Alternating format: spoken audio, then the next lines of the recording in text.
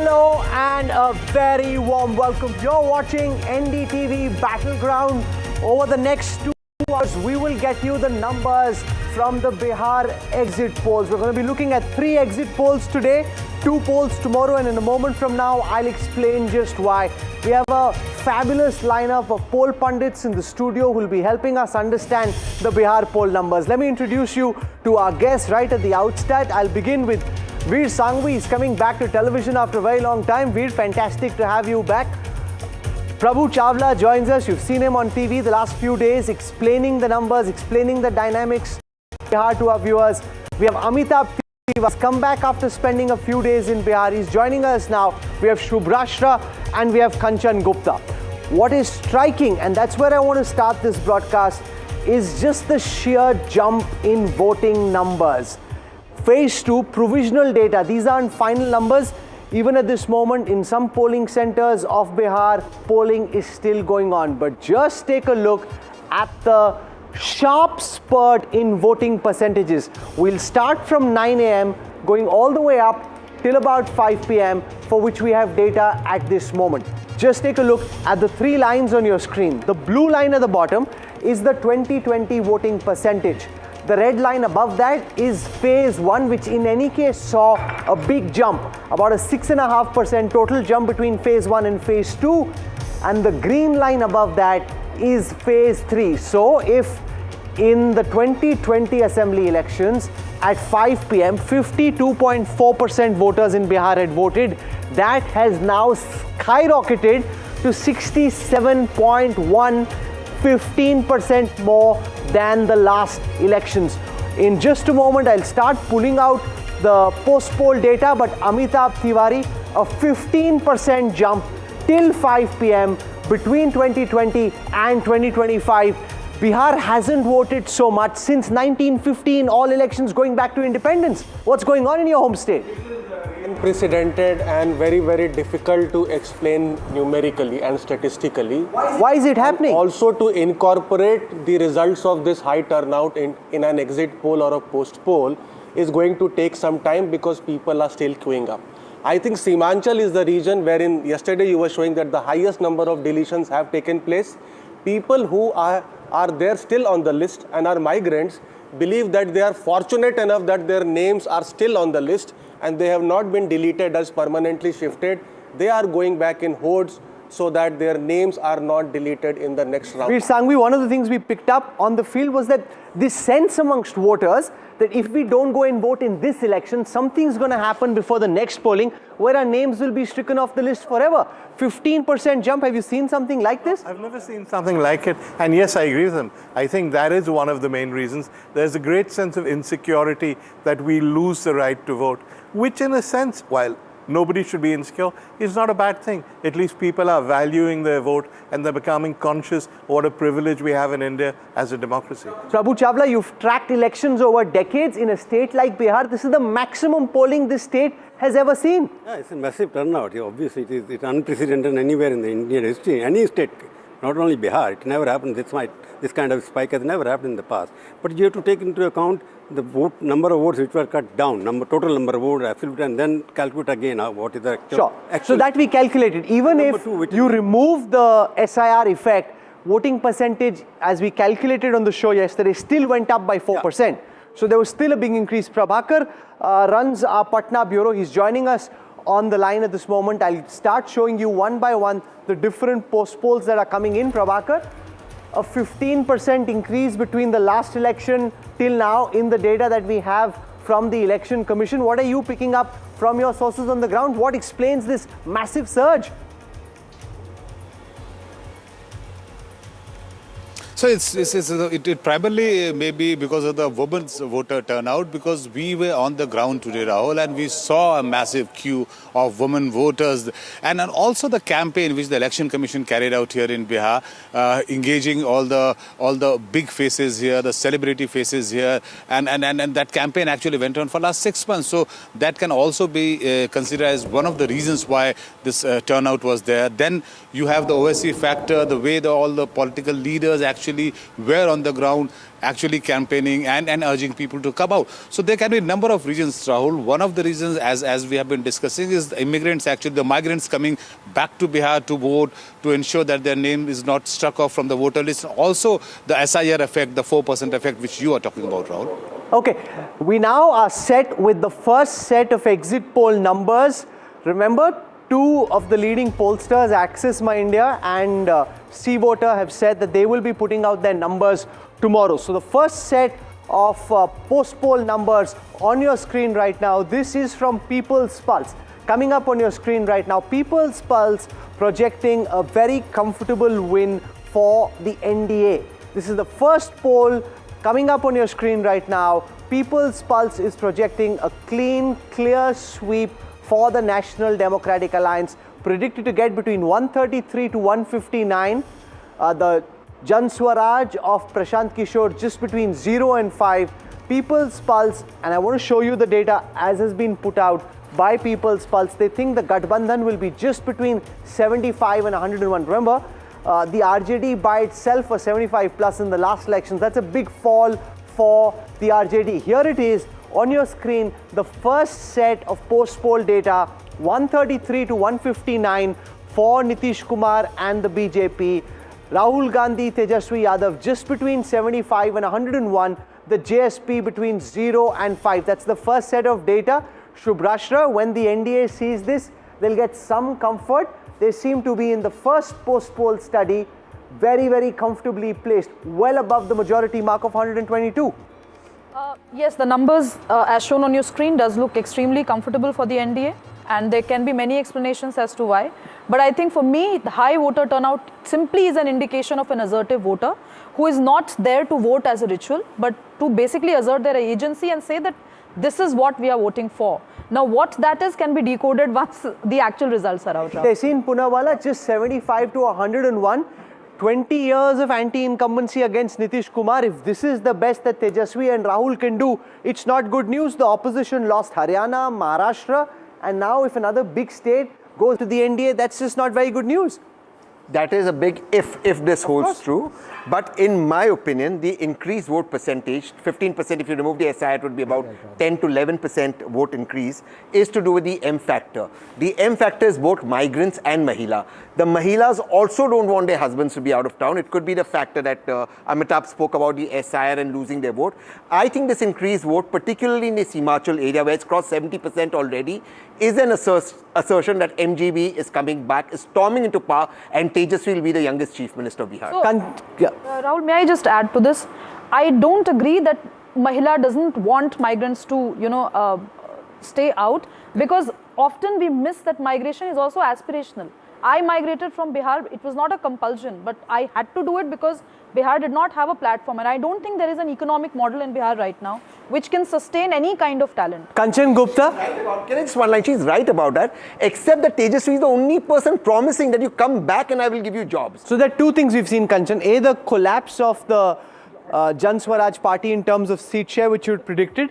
And secondly, the NDA through the campaign exuded this air of confidence and surety. They thought they had this election in the bag. The first post-poll data seems to back that.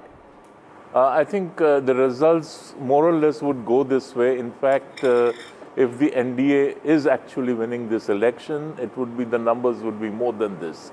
But let me also add over here, I would go with Subhrashta, that, you just because men are out of Bihar doesn't mean that women are going to vote against the incumbent government. We have discussed the women's vote in Bihar quite a few times in this studio, and we have come up with various reasons why more and more women would be turning out to vote in elections in Bihar as in other states. Number two, I don't think Prashant Kishor's JSP, end of the day, people would have wasted their votes on that. So now I have the second set of post-poll data, and then we'll start getting into the more granular discussion.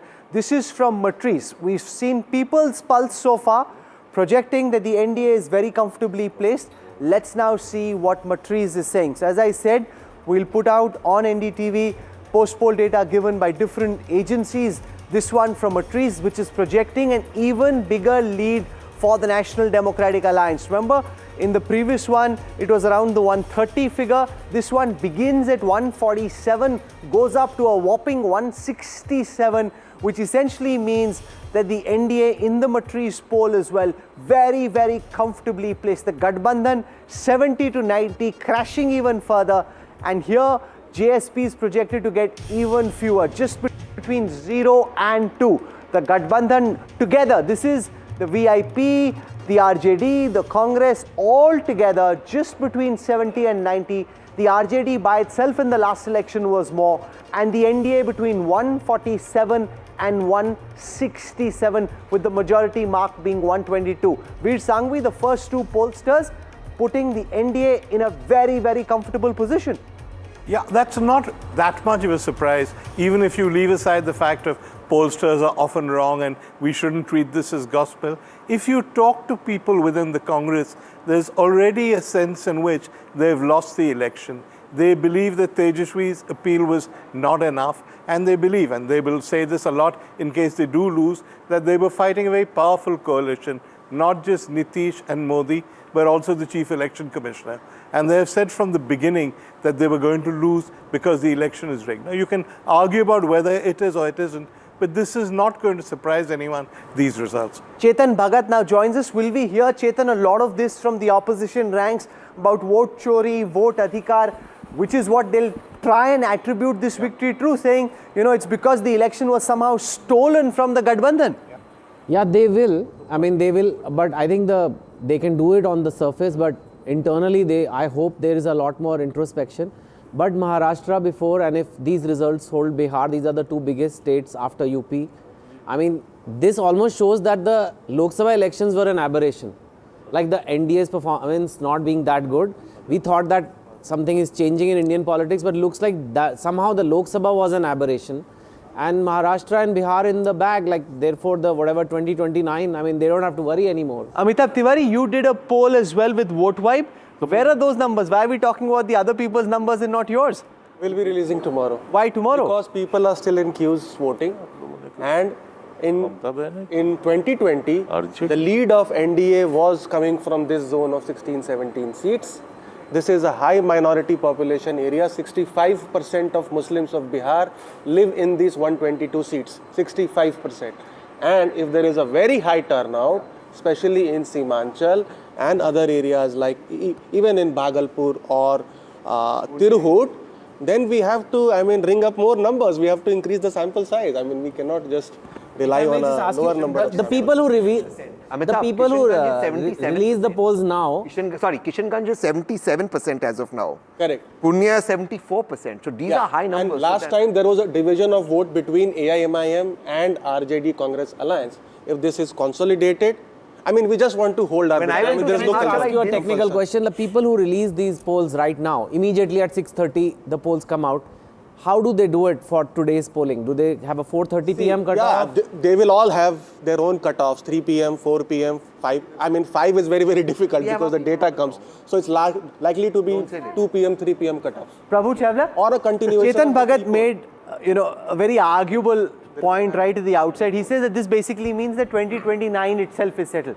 Would that not be too premature? What's your sense? Like what is happening, that we are going on the assumption that our exit polls are all right. Where Election Commission has not given the figures, we are also predicting the election on the basis of what figures we think are right. Yeah. Okay, assuming that they are correct. But my conclusion are two different conclusions. I am not going into merit whether it's right or wrong, because the Election Commission has not given the figures out. But 3 points are emerging out of this poll very clear. They are directing towards India's victory, correct. But one thing which we have never discussed in this discussion, how many new voters have been added to the voter list? Nobody has given me this data. In the entire discussion, every discussion will take place by young voters who are So about 2.2% of the voters are between 18 and 19. And what is their percentage voted? Yeah, 2.2% of the total. Let me complete the vote. New voters have also played a very important role, if this is correct. Mahila, of course, have played the role there. And what I have been saying from the beginning, that Jan Swaraj party is not a party at all in the reckoning. This is what is reflecting here. All of you are playing so much, you will get this, you will get this.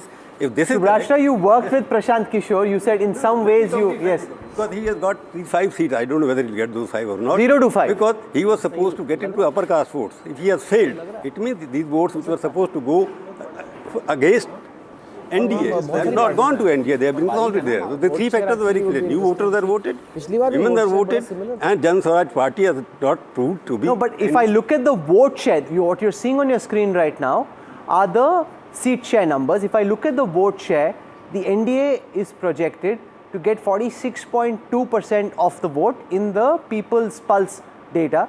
The Gathbandhan 37.9% of the vote, and the Jan Swaraj 9.5% of the vote. 9.7%, that's not a bad start. 9.7. And that's also called vote cutter. Out of 243 seats he contested, yeah, and if he collects 5 or 30. Okay, then that explains 1 in it. 10 people in Bihar voting. It may not translate into seats. I'm just saying but that's more than what Chirag got in the last election. That is a whether phenomenal you performance, like- but that also is vote cutter Whether for you the like NCP. Prashant Kishor or no, the fact is here's a guy without any lineage, come into a difficult state like Bihar, risked everything. Nobody will take him as a poll strategist now because he's lost his own election, put his money on the line. You've got to give the guy a round of applause. He's put his money where his mouth is. You can agree or disagree. Getting No, but 10% I in think Bihar Prabhu is not Chawla has a easy. very strong point, Kanchan Gupta. If he says at the end, you have 0 to 5 to show for what you've got, how much of an applause do you deserve for that? See, again, let's go back to the last time we were discussing Prashant Kishor's party. The consensus here was that if he hits 8%, he will start grabbing seats from both sides. Start picking up some seats. But if he's already hit 8% and he comes up with 0 to 5 or 0 to 2, then that means A, he hasn't really hit the 8% marker. B, again, people are now very wise. They will not waste their vote on someone who is not going to win or who doesn't have a fighting chance to win an election. One of the other big things to look at would be the breakup between the different parties. And if I look at the breakup of the Bharatiya Janata Party, I'm referring to the Matrize data, the BJP is projected to be between 65 to 73, the Janata Dal United between 67 and 75. Veer Sanghvi, that will count for a lot. On counting day, does the JDU come up on top or does the BJP? Who carries the bragging rights that morning? I think it'll matter. It'll also matter because of the Nitish Kumar factor. What we don't realize, sometimes we don't emphasize enough, is that whatever happens, this election is the end of an era. Nitish Kumar will not lead the alliance into the next election. By the next election, you'll have so many young voters who will have forgotten Lalu. Tejashwi will be on his own. It'll work perhaps to his advantage. There won't be all of that jungle raj. So what happens in this new environment? Does the BJP take the lead? Do Nitish's people still say they won? And if they won, how long will it last? How long can Nitish last? How long can his appeal last? Kanchan Gupta, is it in your view a given that Nitish Kumar, if these numbers hold on the 14th, will be Chief Minister? Or do you think if the BJP comes up on top, they may want to revisit that? Well, I think the BJP has already made it abundantly clear that there's no vacancy at the top and Nitish Kumar remains Chief Minister. If the Mahagathbandhan does not form the government and it's the NDA forming the government, we know who's going to be the Chief Minister and it's Nitish Kumar. So just talking about it doesn't make much sense because the BJP is pretty clear that we are not looking at a vacancy at the top. The other thing to look at is that the Vikashsheel Insan Party, the Malla Party, the Fisherman Party is projected to get just 1% of the vote and between 2 and 3 seats. So the idea, Amitabh Tiwari, that the Gathbandhan had, that they'd be able to turn this into much more than a Muslim Yadav coalition by getting some of the EBCs like Lalu Yadav used to, that doesn't seem to have materialized in the data that we've seen so far. Yeah, so as per this poll, so what we have to see is that whenever two parties join hands, while some groups come together, some other groups also wean away from the alliance. The Malla community is seen as an aggressive community in Bihar. Some of the lower EBC caste groups see the Malla community as aggressive. So what may also happen is that you already have an anti-Yadav politics which is happening in Bihar, and now you have added a Malla, which is again seen as very aggressive by the EBC community. So at one point you are trying to woo the lower EBCs, but you have an Okay, I've just received word that now the third post poll, this is by the print media organization Dainik Bhaskar. They've got stringers on the ground. So this is the data that Dainik Bhaskar has put out. Let's just take the Dainik Bhaskar numbers as well. So this is the third poll that we're looking at. This is from Dainik Bhaskar.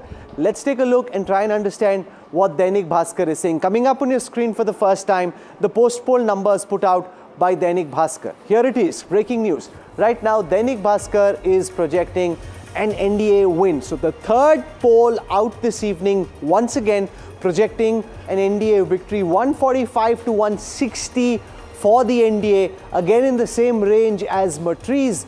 They're also projecting that the NDA will win. They're projecting that the Jan Swaraj will do very badly, and just 73 to 91 for the Mahagathbandhan. And they're essentially saying that the Jan Swaraj will win no seat at all. Dainik Bhaskar is the first poll that's saying that the Jan Swaraj will win no seat at all.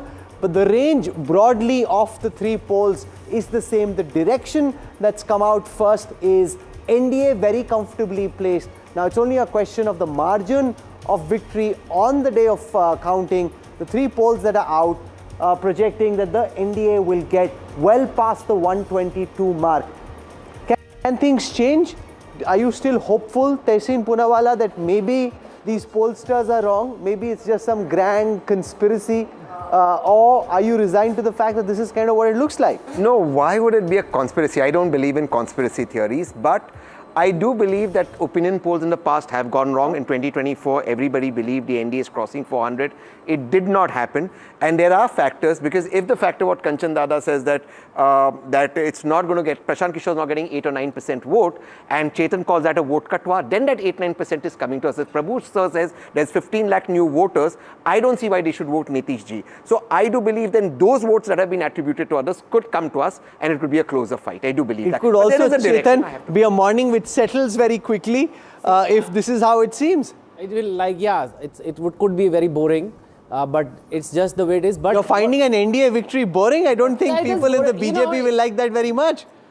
No, it's not like that. It's just that they always win. It's like, even if India keeps winning in cricket, it will ultimately get boring, right? So it will be fun for NDA, but for the people like us who are... You watch what you are saying. You want India to lose. I don't want India to lose. We want India to have a good fight. When you play cricket, who wants to see a cricket match in which in 10 overs it's decided? No, you can't see this. Ashok Malik, Chetan Bhagat is saying that an NDA victory to him looks very boring. The fact is, it's what happens all the time. Speak to any politician who sweated it out they make it look easy. However, I think what has happened is, you said 9% vote share for JSP, which is incredible. The BJP, in one of the polls. Yeah, but the BJP should send a nice gift hamper to Prashant Kishor, because even if there was anti-incumbency, some of it went to Prashant Kishor, because his whole brand was everything new in Bihar, everybody is like entrenched, sab mile hue hain ji. The same version here, and then you see the votes. But what's Dainik giving? If NDA gets more votes than it was last time, there's no NDA. Then they vote. Whose votes have gone? It means but RTD votes have gone. Don't go into the person who has voted for Prashant voted for one of those two last time. Yeah, right. That's true. What were they more likely to vote for? But if NDA gets the same number, no. But the point also to remember is about 25% are others as well. So it's not like they voted just for one of the two. We'll have to say round Rahul. Others as well. He's got the Ashok Malik, not the RTD. you know, they're making a habit of winning, and Chetan Bhagat's not finding that very exciting. Of course, from a watching, like, if do you want to see a boxing match? मैं इतना दूर से आया हूँ बॉम्बे से यार, ये तो मैच ही 10 मिनट में खत्म हो गया. आप मेरे को एक बात बताइए, you want to see a boxing match in knockout? JSP? All the time there's a knockout. Because that's what is happening. Okay, let Ashok respond to that. More seriously, no election result is boring, irrespective of what happens. Every election result leads to some sort of a message from the electorate. There are two things here. One, frankly, whether Prashant Kishor takes 9% or 3% is less relevant if these indeed are the results. It means that the Chirag, Paswan, Nitish Kumar, BJP alliance has worked perfectly, if these numbers are correct. I think that is also a factor. Chirag Paswan coming into the NDA fold. And it has obviously worked perfectly if indeed these are the numbers. I would like to know, again, if possible from these opinion polls, what the seat divide is, if there's any indication. We have some regional breakup. We'll do that in a moment. But Amitabh Tiwari, would you say that it's safe to declare that the direction is very clear? The margins may change. So maybe, somebody picked the margin right and somebody didn't. But the fact that the NDA is comfortably in the lead and the Gathbandhan is unlikely to come to power, that seems to be quite clear at the moment. I'll answer it in another manner. If Mahagathbandhan wins, it does not have the stamina to cross 125 seats. It does not have the stamina. If NDA wins, the bottom starts at 125. No, you are also Arsh se Farsh. How did what did you swing in two different अरे directions? भाई हमारा तो अभी data ही नहीं आया है तो हम कैसे So you're saying NDA has the edge? नहीं, इनके first phase का data है. Give us. Are you suggesting that your data is different from what we're seeing so far? Phase 1 is pretty close. I mean, not very. That's what you're saying. Skewed in that sense. No, but remember, in the first phase, the RJD in 2020 had Correct. a very big lead. So if phase 1 is close and phase 2 is clear, then again the direction is set. Okay, so what I'm going to do is slip into a break. Rahul, can I just quickly Yes, make sir. one point? You know, if we take that there are 15 lakh first-time voters, how many of them would have voted for Prashant Kishor? So if it's a bulk of them who have voted for Prashant Kishor and his thing of a shining Bihar, new Bihar, baggage out, all virtues in, so that would mean neither of the two main alliances would have benefited from the first-time voter. And that vote would have actually gone to waste. I make a point. Yes, please. You're saying 48% NDA already. And this NDA is now in 2025 different than NDA in 2020. At that time, they were not together. So you have to come into the picture. If 48% they're getting according to your projection, it means the votes which have gone to NDA, they are from the Gathbandhan. Because their votes must have come down because of that. So Prashant Kumar has not been able to take away any NDA vote. He has either taken Mahagathbandhan vote. The No, it total loss also of votes- shows. How can he, if he's taking Mahagathbandhan, is Sir suggesting he's taking Muslim votes? I don't think so, sir. No, Because I'm the not- percentage no, going but up in I'm just the going It's by the what point they that show. Ashok Malik I'm going made, by what Veer, they're that showing. it's so much I don't about have caste that if you've got the Paswans, you've got the EBCs with Nitish Kumar, you've got the upper caste and the others who support the BJP, it's way too formidable a team given what they were up against. Absolutely. And I think the point about Prashant Kishor is you've never had somebody who's a complete outsider come in and make any kind of significant impact. People talk about NTR, but he was already a big star. People talk about Kejriwal, but he emerged out of the sort of hilariously, ironically named India Against Corruption movement. So this guy has come out of nowhere. So it's difficult to expect him to have any kind of success. The only way he could have success if there's strong anti-incumbency and it's a protest vote and people don't want to vote for anybody who's been there before, they want to vote for somebody new. All the evidence suggests that they might be wary of Nitish, but there isn't a lot of anti-incumbency. Chetan Bhagat, when I spoke to Prashant Kishor in Patna and in Muzaffarpur, his big hope was that youths and migrants will form a vote bank cutting beyond caste. If this exit poll data holds true on the 14th, it's quite clear that that hasn't happened. Well, even it's 5%, 10%, he's there to stay. I mean, that's... We don't know that. And if MGP... We don't know that. Lasting Tejashwi it out has in a not state worked- like Bihar, A, is expensive and B, it's very tough. I agree, but looks like Lalu's family is not as... If this results hold, that means Lalu's family is not as popular as what it takes to be the winner, and Bihar needs their local alternative. He could be the next guy. I know it's a very different example, but in Pakistan, Imran Khan had 1% vote share in his first election, and 1%. You want close cricket matches, you're comparing to Pakistan. just discussing What are you data. doing on TV? He's saying that the polls are looking very unidirectional. I want to spice I'm this just having discussion fun up. with I'm just saying Now it you was must make 1% and he if came. these are correct. So, This is the analysis. Of course. No, Yeah, right, you're right. Because It's a day after tomorrow, 5-10, it's not a joke. 5-10% vote share is not a joke. How much was Congress's vote share in UP? You know, just check. No, it but was the Congress 5%. fought with the Congress so- fought with the Samajwadi Party. That's I know, very I know. different from the But Congress. he also fighting has alone. no- I have one more poll that's just come out. This is JVC. As I said, Amitabh Tiwari, Yashwant Deshmukh, and Pradeep Gupta. And Pradeep will be joining us in just a moment. They've held their post-poll results back till tomorrow. So this is JVC. We'll show you what JVC is saying as well. 3 polls so far suggesting a very clear lead for the National Democratic Alliance of Nemo, Narendra Modi and Nitish Kumar. JVC also projects 135 to 150 for the NDA. Gathbandhan 88 to 133. This is slightly more conservative than some of the polls that we've seen, but the direction again very clear. It starts at 135 when compared to 122 being the majority figure. So the 4th poll that we're seeing this evening, once again suggesting a comfortable lead for the National Democratic Alliance. It also is the magic of Nitish Kumar. The fact that there should be some level, Veer Sangvi, of anti-incumbency against him, but despite being in power for 2 decades, people think he hasn't done us wrong, and they still seem to think one last election for Nitish Chacha, and that's what these numbers at least are suggesting. I think there is an element of magic because if you look at the figures, economic development, unemployment, etc., Bihar lags behind the rest of India per capita income. Nitish has been in charge for so long. Obviously, people should blame him. The interesting thing is they don't. They're wary of him. There's a certain degree of exhaustion, but there's no blaming. There's no anti-incumbency. It defies logic, but there it is. Prabhu Chawla, what do you make of it? The fact that, there are issues with his mental and physical capacity. In other countries, this may have been a knockout blow. Here, it creates sympathy rather than being something you want to pin down on that politician. Well, I want to first clear it because rider is that if this poll turns out to be correct. Oh, of course, of I'm course. just supporting the poll. Commentary is based on what you see on the screen. What you see on the screen changes, the commentary changes as well. So many posters have come in this India because almost more than dozen. Everybody does want to do it. Anti-incumbency, if you go empirical data, it very clearly proves if there is an anti-incumbency vote, if a higher turnout, in 65% cases the state government has lost. Except in Bihar, which is a higher turnout, where 60% chances of becoming the ruling party coming back. Bihar is exception, yes, that's true. But 60% because the Gathbandhan have been changing, where alliances. Therefore, when there is higher turnout, this is going to be against the government. That is a general conception. From say 1952. No, but there is enough empirical evidence in the country as well. If you look at Haryana, Haryana had higher turnout. That can be part of 35%. Na? There are 35% repetition. I am talking about 65% against. Haryana can be part of that. Anyway, let us not go into it. But you are absolutely right. People are voting. Maybe a sympathy vote for him. They are going to vote for him because they are. Is the poorest let me complete. Ultimately, the thing.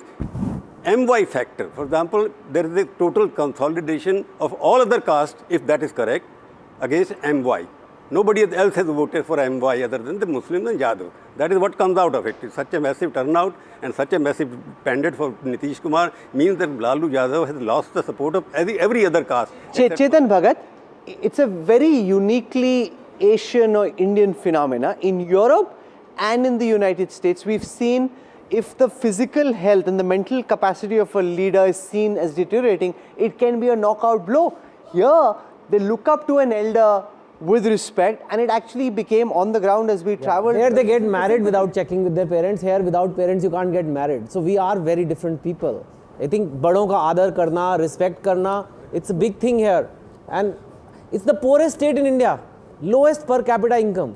It's the poorest state in India, and still people are happy with the government. Because people compare with 1990 to 2005 and not really. There are a lot with of young people Bihar versus others. There are a lot of young people as well, and you were traveling together in Bihar who haven't seen what happened during the Lalu era. See, what happens is that the young voting population is lower, young population is higher, but 0 to 18 do not vote. So 18 to 29, only 25% voting population. So above 30 who have seen or have memory of Jungle Raj is 75% of voting population. I want to go across to Ankit Tyagi. He's been crisscrossing the state of Bihar over the past several weeks, tracking the sentiment of voters on the ground. Ankit, is this the sentiment you picked up during your travels as well? All the three polls that we've seen so far showing the NDA very comfortably placed.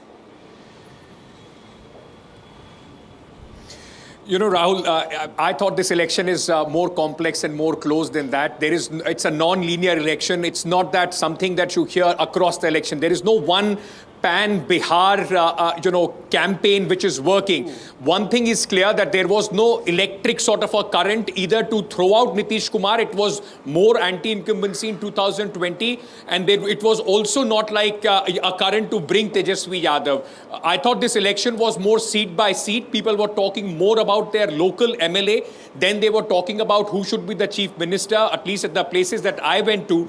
But one thing is very, very clear that all those who were thinking that Nitish Kumar and also the BJP that Nitish Kumar could be a baggage, he actually is a big plus as far as this Gathbandhan is concerned. And it comes from, you talk to people, they don't want to give him a bad send-off. People keep saying that, he has done so much for Bihar. We don't want to give him a bad send-off. They do realize that it is the last inning that he is playing. And also, it's remarkable that in 20 years, even if we have switched sides, there is no personal corruption charge on Nitish Kumar. He has not not done the religious polarization, Hindu-Muslim politics, and he has also been seen as somebody who has gotten Vikas, is not a dynast in that sense, his son. That is why, despite everybody talking about his son coming into politics, it's not that Nitish Kumar did that deliberately. People say it was not done deliberately because it would have signaled, A, Nitish Kumar is incapacitated, and the dynast charge would have come to him. So I feel this election would be closer than what most of these surveys are. I want to go across to Pradeep Gupta. Pradeep Gupta, as our viewers know well, runs Access My India. A lot of people on exit poll day look out for Pradeep ji's numbers. Pradeep ji, आप तो हैं यहाँ, number कहाँ हैं? का sir कल तक थोड़ा इंतजार कीजिए, एक्सेस माई इंडिया के नंबर के लिए थोड़ी सी और मेहनत कर लेते हैं, कोशिश करेंगे कि नतीजों के करीब आने की जितना ज्यादा हो सके.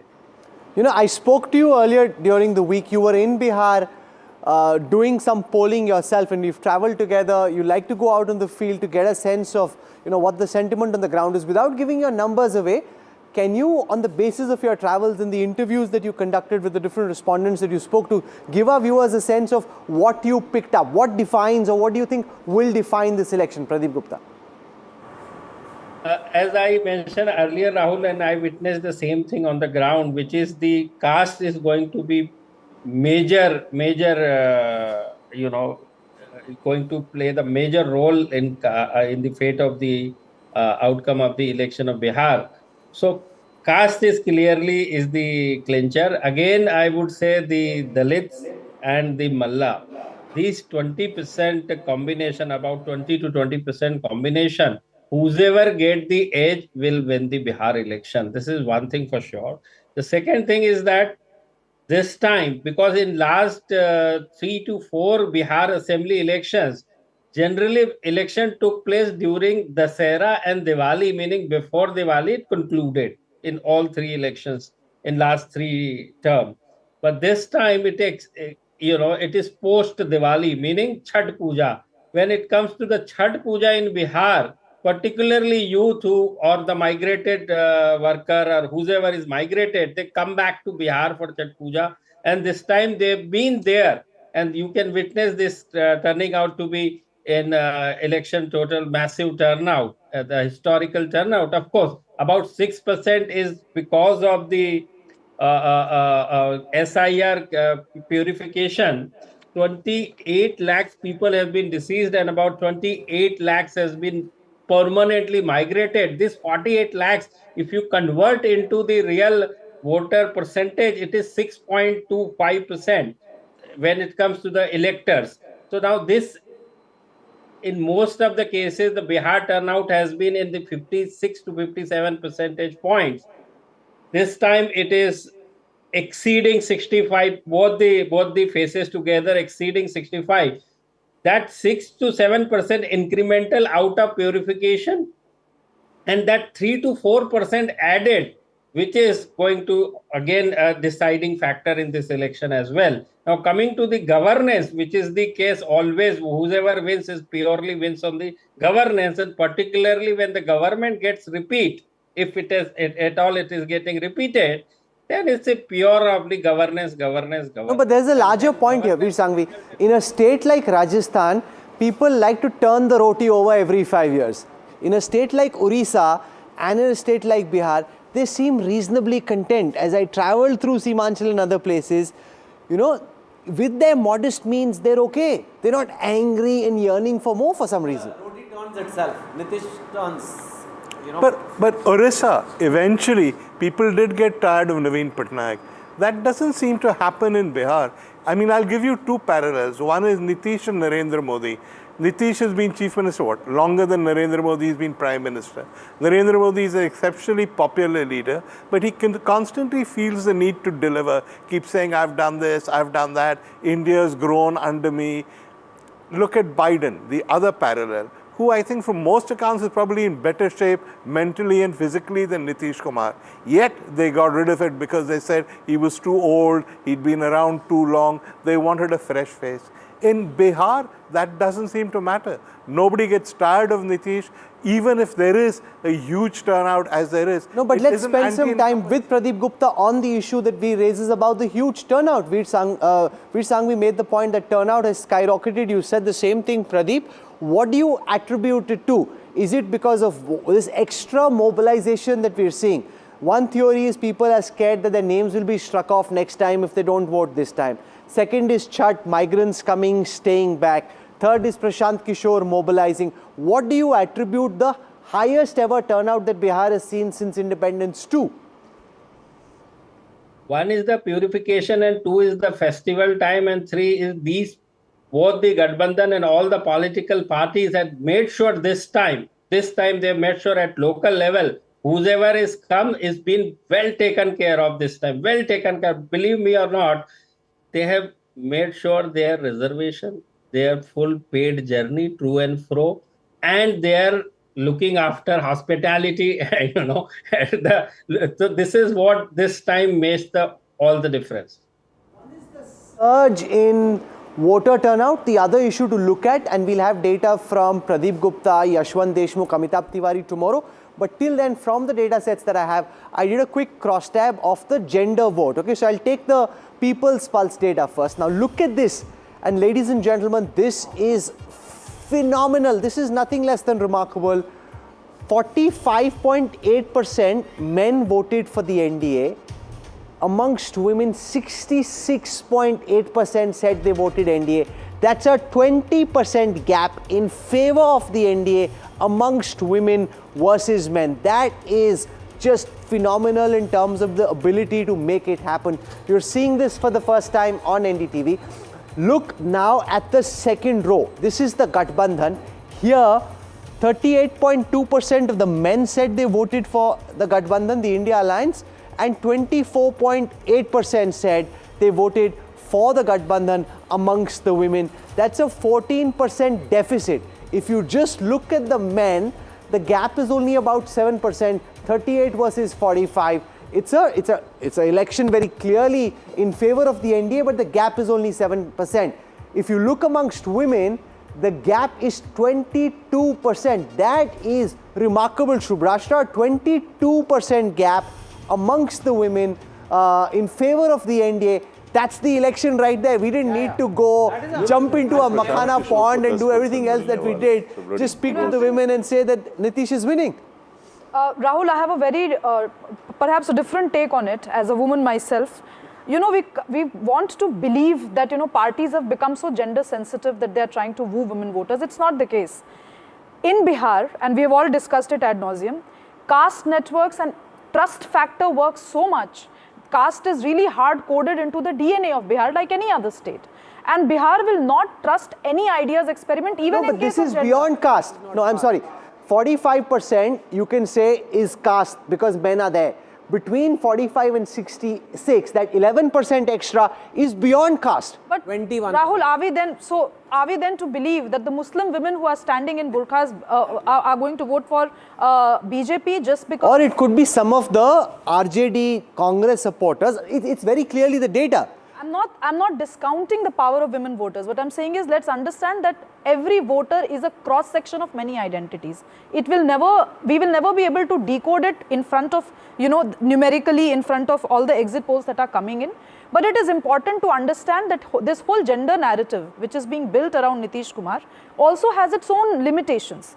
Women are being wooed because the other equations with EBC and OBCs, etc., are also not that regimented. If Nitish ji was completely okay with Kurmi Koiris voting for him, some Yadavs voting for him, and EBC, as he remarked famously in, maybe a decade back, that he's going to, he used the term Hindi and say कि वो साथ लेंगे EBCs को.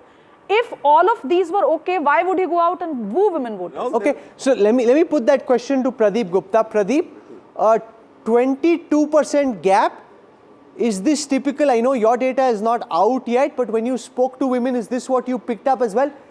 Almost 7 out of 10 women in this poll are saying that they voted for the NDA. That's remarkable.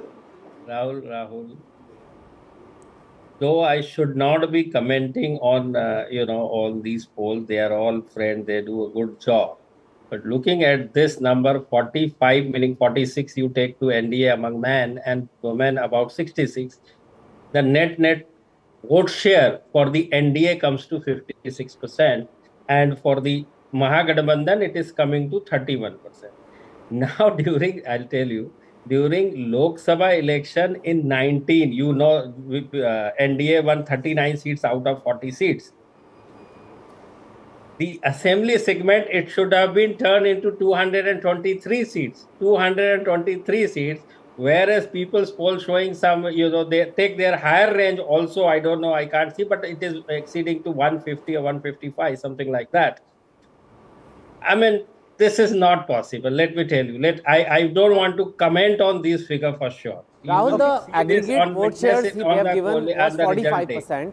The aggregate they had given was 45 and 38. But no, so then he if you take factors an it average down. of the men and women, assuming same gender, 1:1 ratio. No, women vote in larger numbers. Still, it cannot justify. It sounds like a 55% vote share for NDA if you just average out the men and women. And that's somewhere. But you don't know how many women voted. There's a question. I mean, it can't be. No, anyway, so that's fine. Rahul, one question Pradeep which Gupta has- is making a fair Rahul, one point, and I question. think we'll wait for his data to come out. But for what it is worth, this is People's Pulse.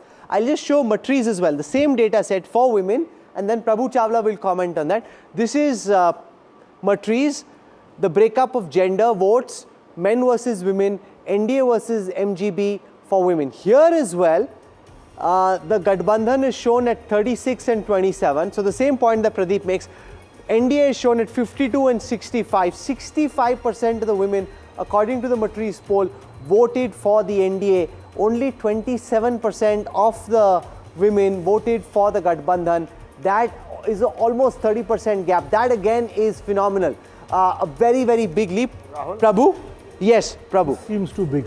Yes, sure. Ask one question because I'm not.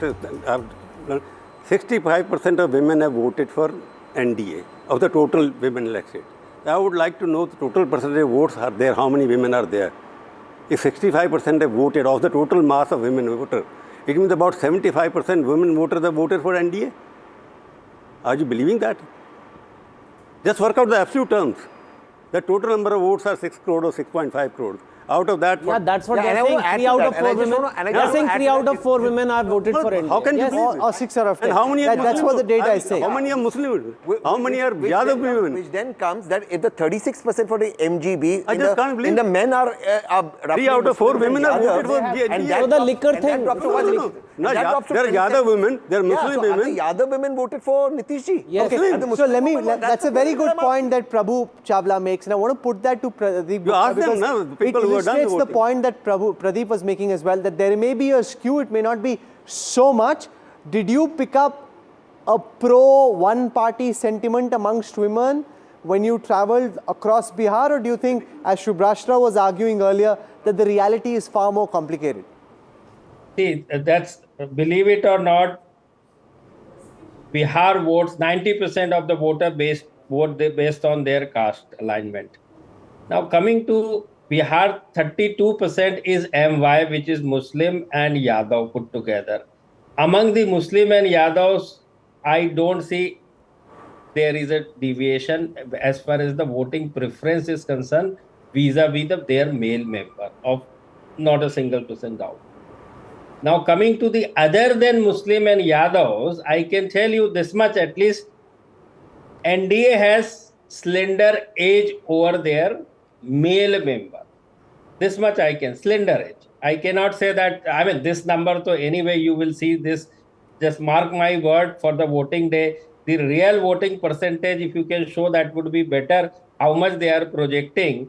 You have shown the bifurcation, but show the share number. It's turning out to be 58%. And let me tell you one more thing in Bihar, though women turnout has been higher among women itself, but in real number, the number of women voter is less than their male, few lakhs less than their male members.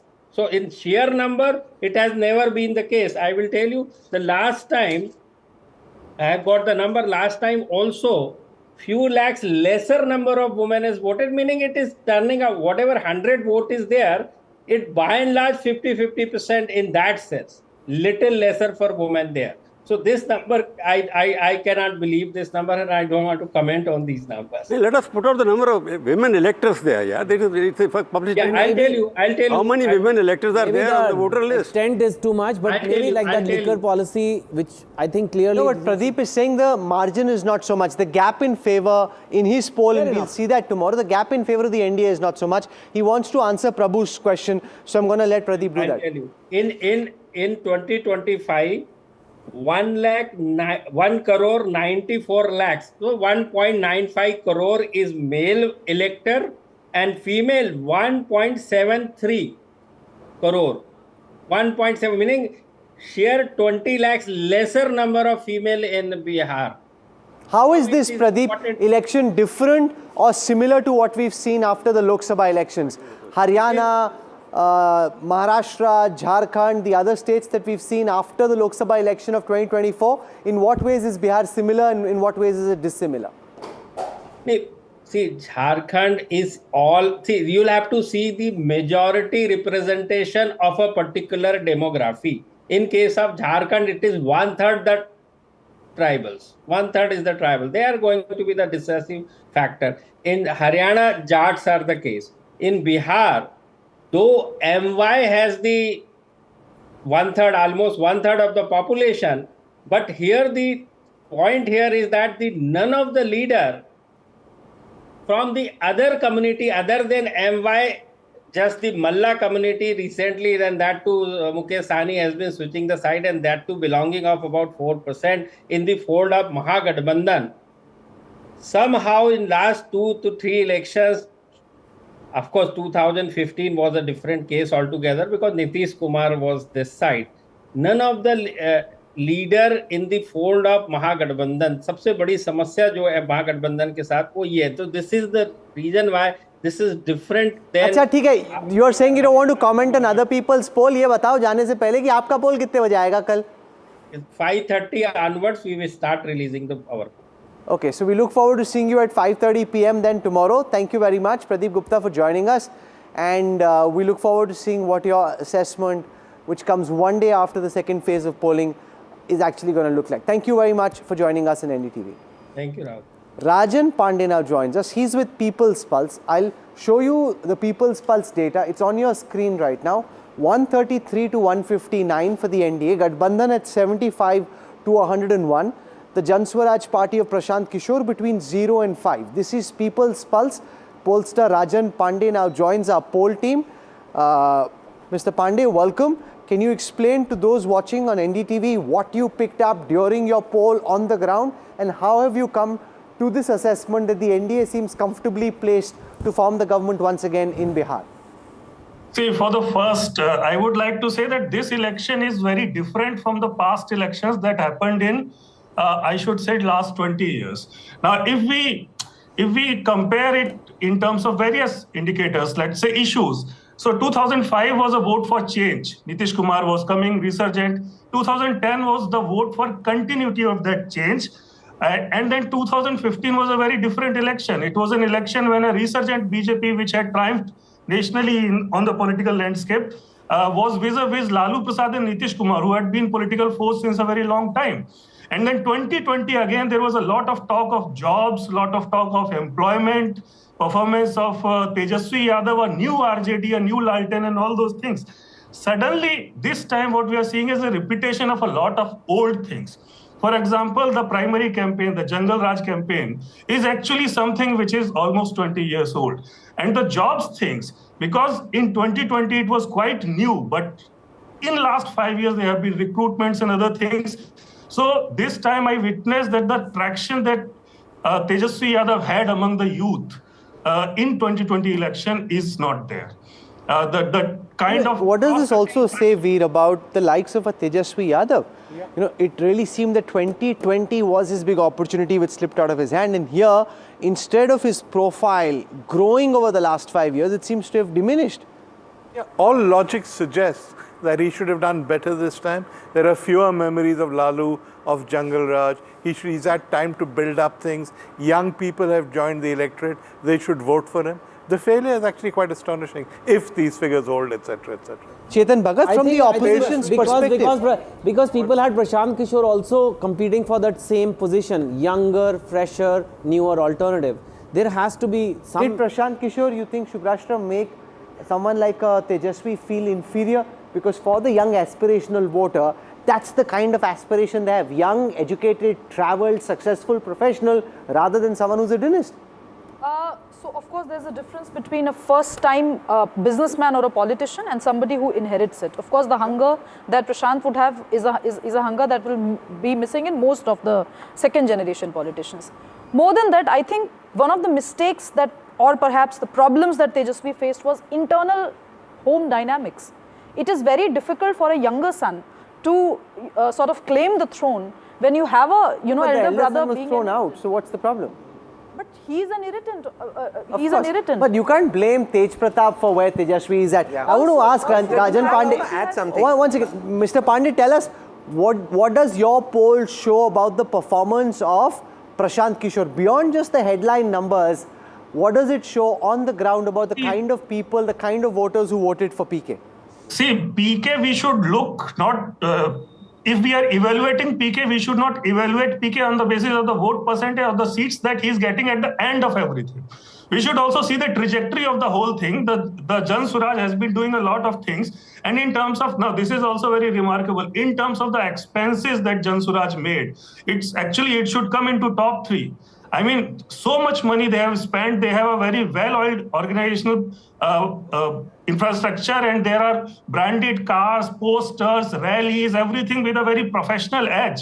But the momentum, and in fact, if you look at the issues, it's the PK's issues who are the most hit in Bihar. He is a guy who actually popularized this conception of some of the leaders who have criminal cases. He's the guy who has brought back the issue of employment and migration and things like that. And then when the iron is hot and you should hit it, at that very point of time, we see PK somewhere, just not giving his 100%. So that's quite surprising to me, because in Mokama... You're suggesting that dal mein kuch kala hai. Do you think, Chetan, it will appear like that he built it up in a certain fashion, raised it to a tempo which seemed to be building to a crescendo, and then just kind of... Well, there's all these conspiracy theories. Internet has nothing to do. So there's this B team, BJP theories going on. It may look like that, but I don't think so. I think he definitely wants to make a change in Bihar and wants to come up with this alternative. RJD will get some votes from its base, right? Muslim Yadav will vote for that. How much is the Tejashwi vote? And can Prashant Kishor, I think it's not 10%, but Prashant Kishor seems to be pulling 8 to 10%. And just pure Tejashwi vote is not there. Ashok Malik, I think Chetan makes an important point, that what is the incremental vote? If he hopes to be Chief Minister at some point in time, Tejashwi Yadav needs to land the Tejashwi bump to the Gathbandhan ticket. There are two challenges before Tejashwi. One, if these numbers are correct, it's fairly clear that like in the previous elections, he's maximized the Muslim Yadav vote, which is a core vote which more or less stays with the RJD, but there's an inability to grow beyond it. The second factor one needs to consider is that, again, if these numbers are correct, he is taking on Nitish at Nitish's, if not his peak, he's still very popular. Do remember that there was a whole series of very talented politicians in Gujarat, for instance. Bharat Singh Solanki was a very good politician in Gujarat. In normal times, he would have become Chief Minister. He just happened to coincide with the Modi 1.5 decades. So sometimes it just becomes difficult to take on a larger-than-life Chief Minister who is riding a crest for over a decade. Okay, yes. In my opinion, as somebody who's seen Tejashwi closely, I think Lalu Prasad Yadav ji is Tejashwi's both greatest strength and his worst weakness. Why I say this, and I say this with responsibility, is that 35-36% he's getting is essentially Laluji's vote. But the ability to transcend that 35-36% is also due to Laluji, because none of the other castes want to come because they are scared of that Yadav domination. So he has both the strength of Laluji and the weakness, and therefore he's not been able to create a Tejashwi vote bank. Therefore, as you rightly said, becoming the Chief Minister. In Prashant Kishor's case, I see it a little differently. A lot of comparisons are made with Arvind Kejriwal. I actually compare him with two very different people, Kashi Ram and Bal Thackeray. The reason is both Kashi Ram and Bal Thackeray were born not out of movements, but started their own political parties. They didn't come in when there was a movement against something. NTR, Arvind Kejriwal all came when there was a movement, even the AJP in Assam. It is actually Prashant Kishor who started an organization, a political organization, where he believes there's a vacuum like Bal Thackeray or Kashi Ram believe. And I do believe if he stays the course, if, that's a big if, he will have a future in Bihar. No, but he's also Kanchan Gupta up against the BJP. Can he last it out for 5 years? Bal Thackeray emerged from a movement. Of course he did. From an agitation, from very much. You know, the fact. I mean, to say that I never forgot my fact. 1 second. The anti, when there was the anti. Let Kanchan Das speak. You made a point. Let Kanchan Das. Congress was leading it. Let Kanchan. No, anyway, forget it. I mean, you know, the point is two things over here. You know, you're saying that, you know, people in Orissa, Bihar, you know, they really don't particularly look for change and they're quite happy with things. You have to understand the political culture of every state across the country is not the same. Bihar, West Bengal, Orissa, even Assam, till BJP went and sort of shook up things over there, they are quite happy with the status quo. They don't want surprises. Let me put it this way. Number two, in Bihar's case, caste is ironclad. I mean, you know, you cannot smash through it beyond a point. To say that this transcends caste and that, no, it doesn't. And lastly, I think somebody here, I think Amitabh made the point that people still have memories of Lalu's years. And that the segment which is new and fresh on the block, they are not the determining vote. It's the in-between age group which is the determining. But that's the point Subhrashtra made earlier as well. And Pradeep Gupta made that point that the bulk of voters, he's saying almost 8 out of 10, vote purely on the basis of their caste. I mean, that's the primary factor for them. Sorry. Because I'll again bring the same points. Those who are thinking this Prashant Kishor is going very well, they are assuming that Bihar is coming out of the caste board. That's what they're saying. And he is Pandey, he forgets that. If he's Pandey, as far as Pandey is leading a party, he can't make any inroads in that system. But somehow we are trying to justify what we feel is happening in the state. But that is not what is happening, because you are going to, and number two, you are undermining Tejashwi, because that party for the last 30 years still remains the number one party in terms of number of seats.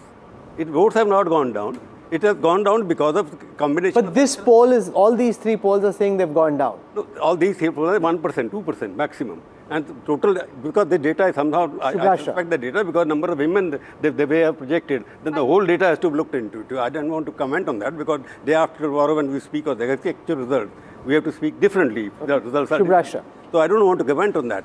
But we must keep in this mind that whatever we are showing, assume it is correct. It reflects too many things, because they are voting for the government after 20 years. That is one bigger surprise in the entire electoral.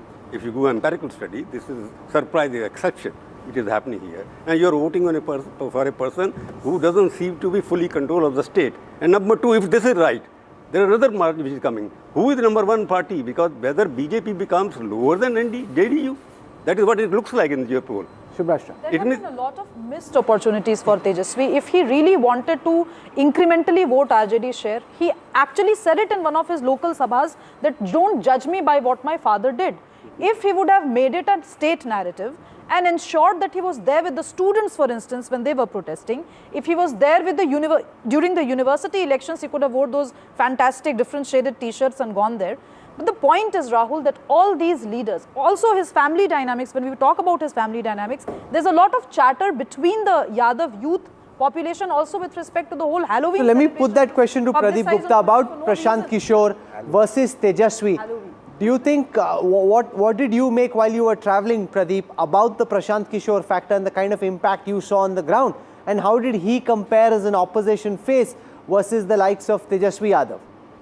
People was to contribute in a winning cause, and they can clearly see this time that Prashant Kishor is unlikely to form the government. So they have shifted to Tejashwi Prasad Yadav in bulk among the youth, which was supposed to be, Prashant Kishor's demography in that sense. So Tejashwi Yadav is a clear-cut winner. Then what did you make of Tejashwi's campaign? And why do you think he hasn't been able to, from what we can see on the surface, able to emerge as a more potent opponent than what he was able to in the past few months? So it's not about Tejashwi, as I mentioned earlier. It's all about the caste arithmetic at play in Bihar. Because beyond MY, you have to have somebody, sizable in terms of numbers to win the Bihar. I mean, so did the VIP plan trying to get the Mallas on board with the Muslim Yadav, did that work? 4%, Rahul. That to 4%. And secondly, the decision making as a Gathbandhan as a whole, वहाँ match चालू हो गया, आपकी team भी decide नहीं हुई कि कौन प्लेयर खेलने वाला है.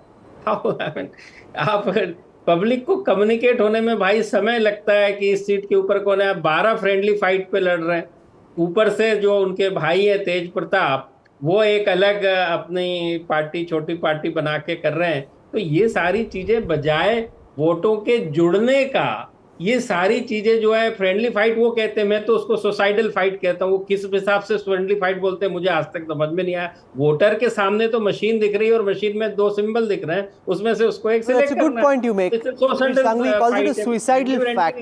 Given that they're in opposition and they have everything to win and nothing to lose, why can't they sort out something as basic and important as seat sharing well before polling day? I think that's a pretty constant malaise with India's opposition. They go in there fighting with each other, and by the time it comes to fight the election, they've already fought themselves out. So yes, I think he's absolutely right. It was suicidal. But another point, which I think is worth making, is when you're talking about Tejashwi, is that he offered nothing new. He offered the same things, jobs, etc., help for the migrants that people have always offered. What else could he have offered? That's my point. That when we talk about Bal Thackeray, for instance, he offered Maharashtrian pride. Whenever Arvind Kejriwal offered an anti-corruption slogan, whenever anybody beats somebody, they have to say, we will do something better. Prashant Kishor tried. I don't think he had the credibility or the base yet to make something of it. But Bihar on the whole... Can PK last for 5 years, you think? That's up to him. It's a tough thing, to continue doing this for 5 years, having done so badly, if these are right. Last year. Yes. I think all these years, media has pumped up Prashant Kishor into this great election winner. He wins elections for others. Now that convinced him into believing that he can go ahead and win an election for himself. Well, it doesn't work like that. A backroom strategist, if he could go and win an election, then a lot of us over here would be sitting in parliament. What's your seat, Kanchanda? So we would have been sitting. What's your most logical seat? I mean, listen. So we would. All of us are Khan Market candidates. All of us are Khan Market candidates. Khan Market MPs. MPs of Khan Market. Add 10 seconds. गलत फहमी है कि आपने ममता बनर्जी को चुनाव जितवा दिया. Kanchanda is still not telling us which seat he fancies. एक तो होगी कहीं पे. Rahul, for all you are making light of the matter, but it's a serious thing. Park. So INA market. But so strategists or campaigners or campaign planners, they are very good at their job. They are important. No, but can I counter argue to say that Kanchiram said, पहला चुनाव हारने के लिए, दूसरा हराने के लिए, तीसरा जीतने के लिए. Would we be judging this too soon? वो सब बोलने के लिए, where is Baspa today? Let me say, Kashiram had a caste backing. That's a different issue. One, I am saying Prashant Kumar, because media, as you rightly pointed out, media ability term. Because media is always looking for a person who is not true anti-establishment, but they want some person who seems to be anti-establishment. Let us promote him also. His voice also. But sir, you know this well. You need a juicy story. Rahul, listen. Rahul, can I just comment? Points, yeah. So, one small comment, Tehseen. Sure. My problem is that migration was a big issue. Every opposition leader was talking about migration as this anathema and it shouldn't happen from Bihar. But when the migrant workers were actually coming to vote in Bihar, did you see any opposition leader sitting with kiosks and wooing them and telling them to go vote for Mahagathbandhan? It was only the BJP, not even JDU. It was only the BJP which was, holding fort at railway stations. I have some data from the Matrize poll, and I will show this to our viewers to give a sense of how one of the polls is saying the caste matrix of Bihar rolled in this election. So let's take a look at that data right now, which will give you a sense of how the different communities voted. Now, this is Matrize vote share. They're saying that amongst the general upper caste, 69% of the voters voted for the NDA, only 15% for the Gathbandhan. amongst the OBCs, which is where the Yadavs are also placed in this classification, 51% voted for the NDA, 39% for the Gathbandhan. Amongst the Dalits, 49%, and this is really what the poll came down to. The fact that this vote is getting split, Tejashwi and the Gathbandhan were hoping to pull this towards the MGB. That hasn't happened. Amongst Muslims, quite predictably, massive consolidation, 78% voting for the Gathbandhan. Rajan Pandey, what does your caste matrix look at? Is it very similar to what we are seeing over here? And do you think that Dalits vote getting split in favor of the NDA is one of the reasons why the NDA seems so comfortably placed? You're on mute right now. Give us your caste matrix. Yes. Yes, in terms of the caste matrix, we shared the data with you. See, the thing is that in Bihar, as everybody else has pointed out, the thing is that everything boils down to caste, is what everybody has been saying. And if you just add the caste supporting particular alliances and the parties which are parts of those alliances, then NDA already has a clear edge. So I don't see why there is so much conflict about the idea that NDA is going to, win this election. Because if we just add up the caste supporting various castes and communities supporting various parties of the NDA, their social matrix is far more, far stronger, far bigger than the social matrix of the Mahagathbandhan. Amit Shah thought in 2015, Ashok Malik, that he could change that, challenge that the BJP is strong enough to win alone, as he discovered when the BJP won just more than 50, that's not the case. Rajan Pandey says, you just look at the caste lineup at the starting point and you know how this election finishes. Is that what Bihar will always be about? No, not just Bihar. I mean, if you look at UP last year, that was also a very clever class coalition building by the Samajwadi Party and the Congress together, which did eventually Why do you think Gathbandhan couldn't do it in Bihar? Well, if you look at UP last year, just comparing UP last year to Gathbandhan this year, if these indeed are the results, the Muslim Yadav candidates were not at the forefront of the Samajwadi Party. They put together a vast sort of rainbow of candidates from different communities. I don't think the Mahagathbandhan or RJD did that. That's a very basic and obvious thing to do. Rajan Pandey, why do you think they didn't do it? Especially because Akhilesh Yadav successfully laid out a template and a playbook in the Lok Sabha elections. Why did Tejashwi not follow it? So many Yadav candidates being given tickets versus, as Ashok pointing out, so many of the big faces of the SP are actually non-Yadavs, non-Muslims in 2024. That's what surprises me also, because that was something which was tried and tested in Uttar Pradesh with success from one of the alliance partners of the India alliance, and that same formula could have been replicated. But there are two things for which I think Tejashwi could not do it. Number one, Tejashwi Yadav does not control the Yadav votes of Bihar like Akhilesh Yadav controls it in UP. So Akhilesh Yadav could say to Yadavs, okay, we are not going to give tickets to these many other, more than these numbers, and still the Yadavs will vote for Samajwadi Party. That could not happen in Bihar. In fact, in Bihar, if you look at Mithila and Simanchal regions, you'll find that Yadavs, whenever there is a candidate, a Muslim candidate or non-Yadav candidate from the Mahagathbandhan alliance partners, they actually vote in BJP. And this, in fact, in case of JDU also, JDU has shown that it could get Yadav votes with ease. One of the biggest strongmen of Kosi Simanchal region from the JDU side is Vijender Yadav, who has been there since last 30 years. So the type of control that Akhilesh Yadav commands in terms of the Yadav votes is not there.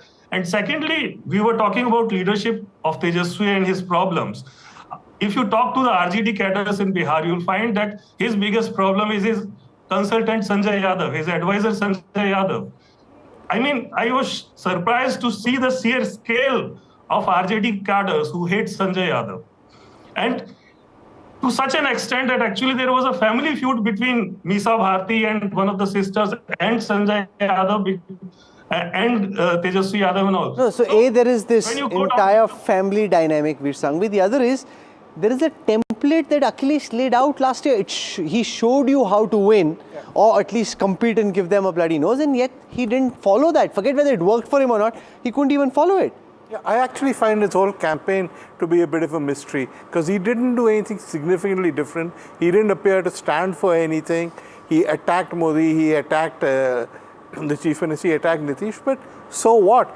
He needed to have some issue that could get him elected. He needed to have a strategy that could change the way in which people voted. He did nothing. It was just more of the same. And when you have more of the same, because Nitish did more of the same, and he did more of the same, it is, as Shabasta says, people go back to identity, to caste, and there they were to disadvantage. It also shows, Chetan, how the opposition in India seems locked in a Chakravyuh where they can't find a way out. They need a story, and they can't seem to get that one story which is against the NDA, that all over the country it seems to be an issue. Bihar people thought they might have a chance because the Muslim population is much higher. There's a lot of reasons why Bihar they could have won. And if you see the opinion poll 6 months back, they were neck and neck. I mean, it was supposed to be a nail biter. But, and even the last elections, the vote shares and all were very, very close. If you remember the data, this time there seems to be much more. So, you know, opposition has tried. To be fair, they all have been, like Bihar has been very important. They have been trying. They did try to do the candidate selection. But yeah, they don't have that story. The opposition is stuck in this Chakravyuh which they can't seem to get out of. I tend to agree with Chetan, and to the starting point, I think sometimes, and I say this because I want the opposition to win, we are stuck in an echo chamber. We are, as I said earlier, the inability of Tejashwi Yadav to break through that 35%.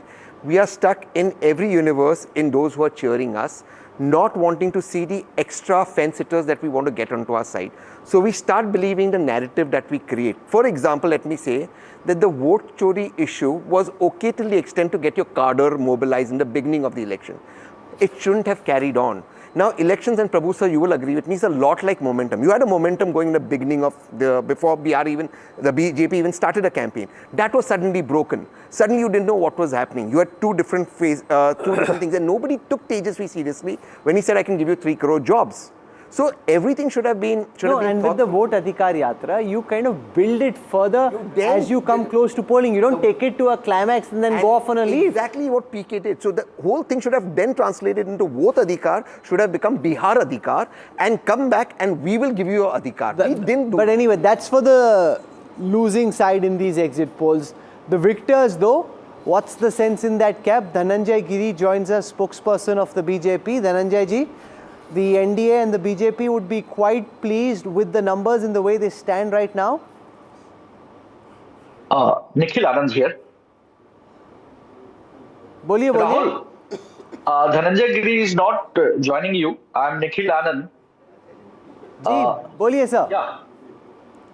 See, this election is very interesting in the sense that there was no other credible face.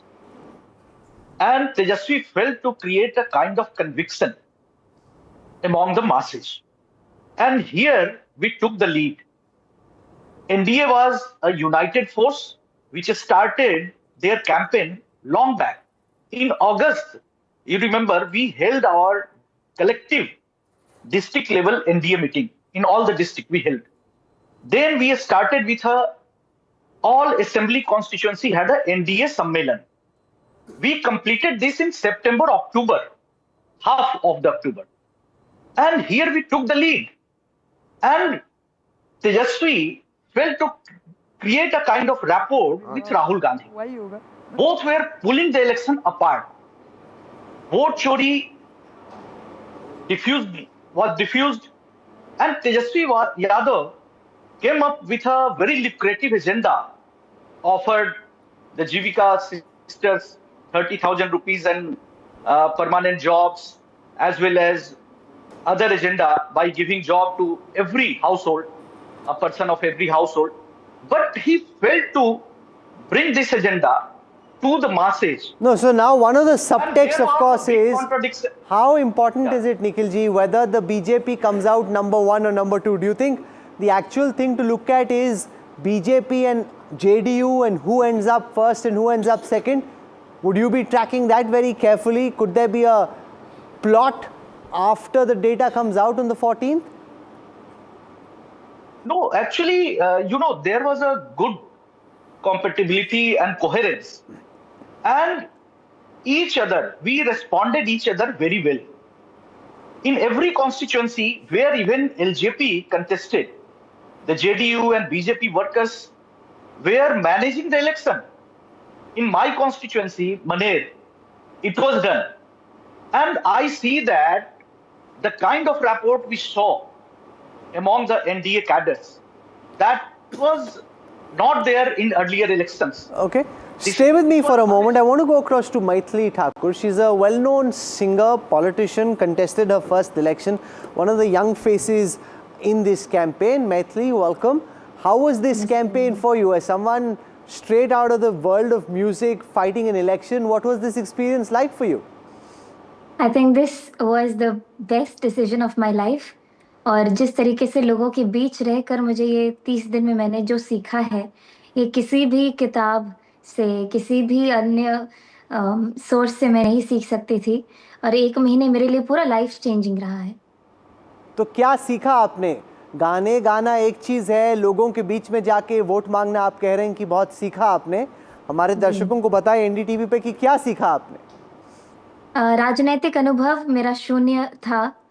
1 महीने में मैंने ये सीखा है कि कैसे किसी भी चीज़ से ऊपर जनता जनार्दन का सम्मान, स्नेह और प्यार है, और किस तरीके से आप लोगों के बीच में रह करके उनकी सारी समस्याओं को पहले सुने और अपने हिसाब से आप उनकी कैसे मदद कर सकते हैं, क्योंकि राजनीति एक ऐसा मंच आपको देता है, एक ऐसी ताकत भी आपको देता है जिससे आप लोगों की समस्याओं को समाधान बहुत ही एफिशिएंटली कर सकते हैं। तो ये सारी चीज़ें, एक पर्सनल मैनिफेस्टो बनाना अपने क्षेत्र के लिए जो हमारी पार्टी ने दिया है वो तो है ही, उसको जन जन तक पहुंचाना, कैसे वो सारी चीज़ें लोगों तक वो सारी सुख सुविधाएं पहुंचाएं, अपने हिसाब से आपको कहाँ कहाँ क्या क्या त्रुटियां नज़र आ रही हैं उसको ठीक करना। तो ये सब चीज़ों का एक संकलन बनाना कि आने वाले 5 साल में मुझे क्या क्या करना है। तो ये दूरदृष्टि मुझे राजनीति ने ही सिखाया है। तो आप अलीनगर से लड़ रही थी, आपका अलायंस तो जीत रहा है, ऐसे एग्जिट पोल के डेटा बता रहे हैं। आपको विश्वास है कि आप भी जीत रही हैं, या आप में अभी जैसे एग्जाम से पहले छात्र की थोड़ी टेंशन होती है कि एग्जाम तो हो गया, पता नहीं पर्चा कैसा कटेगा? मेरा 1 सेकंड भी ये मैं नहीं सोच रही हूँ कि क्या होगा मेरे साथ, मैं जीतूंगी या हारूंगी, क्योंकि मैं इतनी ज्यादा खुश और सेटिस्फाइड हूँ अपने 30 दिन के जर्नी से कि मुझे पूरा विश्वास है। ऐसा नहीं तो मन में फीलिंग आती है कि नहीं, मैं 5 साल में अब यहीं पे लोगों के बीच में रह करके सेवा करने वाली हूँ, तो मैं उसके लिए मेंटली तैयार हूँ। अच्छा, आप फोक सिंगर हैं, तो मैं चाहूँगा कि जाने से पहले आप ये बताएं कि इस समय जब वोटिंग ख़त्म हो चुकी है बिहार में, आपके जहन में, आपकी ज़ुबान पर, आपके दिमाग में क्या गाना आ रहा है? मैं लोकगीत ही सुनाती हूँ, एक बिल्कुल वोटिंग और इस सब माहौल से हट करके जो मैं सोच रही हूँ। प्लीज़। भगवती गीत सुनाती हूँ, क्योंकि आज मैं बहुत सारे मंदिर भी दर्शन करने गई थी। अच्छा, अगर आपके जहन में 2-3 गाने तो आपको 2-3 सुनाने होंगे। आप बोल रहे हैं कि अलग अलग गाने आ रहे, तो पहले वाले से स्टार्ट करते हैं प्लीज। यस। जगदम्बा घर में दियरा बार आईनी है, जग तारन घर में दियरा बार आईनी है, हम बार आईनी है दियरा बार आईनी है, हम बार आईनी है दियरा बार आईनी है, जगदम्बा घर में दियरा बार आईनी है, जग तारन घर में दियरा। Very nice. आपको लगता है आपकी आवाज़ सुन के वोटर्स ने आपको वोट दिया, या आपके चुनावी वायदे सुन के? अरे हमारे वोटर्स इतने ज़्यादा सजग कहूँ, क्या कहूँ, समझदार हैं कि उनको कोई भी जुमला उनके सामने में रखा जाए उससे प्रभावित ना होते हुए उनको मालूम है कि हमको कैसा बिहार चाहिए। मेरे शुभराष्ट्र है, शुभराष्ट्र भी बिहार से आती है, उनके पास आपके लिए एक फरमाइश है। शुभराष्ट्र जी बताइए। मैथिली, आप प्लीज विद्यापति जी का भगवती गीत गा दीजिए। जय जय भैरवी असुर भयाउनी, पशुपति भामिनी माया, सहज सुमति वर दियहि गोसाउनी, अनुगत गति तू अपाया, जय जय भैरवी असुर भयाउनी. Thank you. Thank you. She's looking very calm, very relaxed. Thank you very much for joining us. We'll have you back on the 14th and we wish you all the best. It does teach you a lot, Prabhuji. Just fighting in 1 month, I can quite imagine what the young girl is saying. Teaches you more than any school and college you can go to. Very confident. I admire her for that. But coming back to your basic agenda. Yeah, then. so we'll slip into a break, and when we come back, we'll show you what the poll of polls say. We've shown you all the different polls. We'll bring it together, give you the big picture, try and hear from some of the voices out in the field and from our pundits in the studio. Our coverage of the exit poll continues on the other side of a quick break. Stay with us.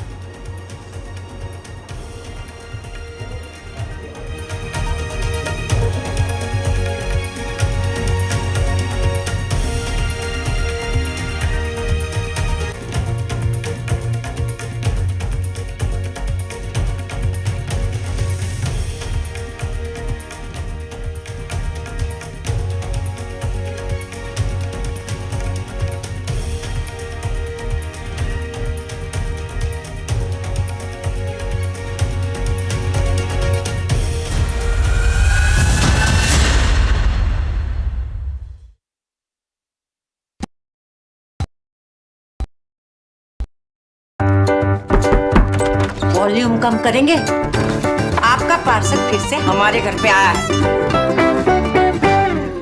कुछ तो बात है इस दिल में.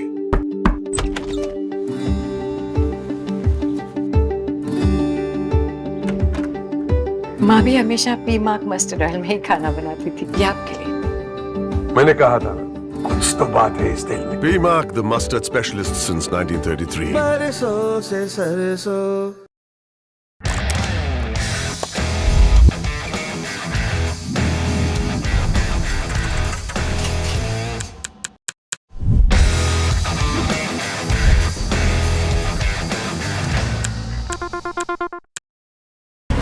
I don't sugarcoat. I shoot straight and tell you stories the way they need to be told. Unfiltered, unafraid, unmissable. That's how I roll. Watch me, Priyanka Deo, on NDTV World. Namaste. In Bihar, bahut politics hai. The year's election super final. Can Jai Viru storm the palace? Or will Bihar double engine defend? Fierce fight, electric election. Biggest team, biggest coverage. Battleground Bihar on NDTV 24/7.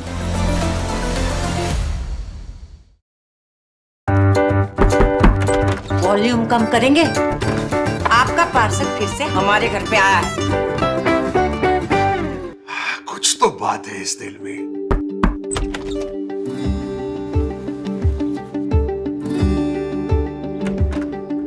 माँ भी हमेशा P mark mustard oil में ही खाना बनाती थी. ये आपके लिए. मैंने कहा था कुछ तो बात है इस दिल में. P-Mark, the mustard specialist since 1933. बरसों से सरसों. The front lines of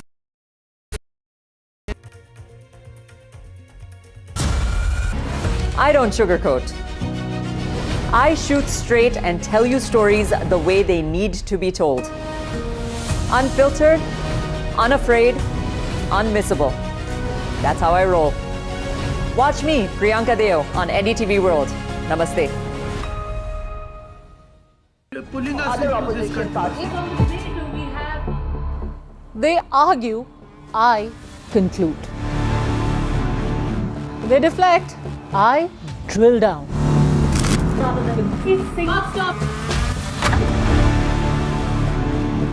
This isn't a free for all. It's a reckoning. No filler, no fog. Only the facts and where they lead. Every night at 9, the case closes because the buck stops here. I don't sugarcoat.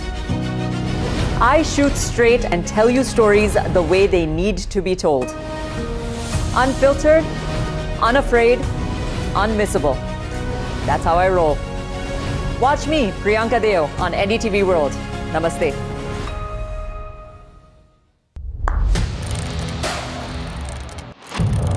What seems settled for me is unfinished business. So I rewind, I pause, I reflect, I dig until what's buried stands up to be counted. Breaking ground, not just headlines, the meaning behind them. This is Breaking Ground with me, Vedika Sood. They argue, I conclude. They deflect, I drill down.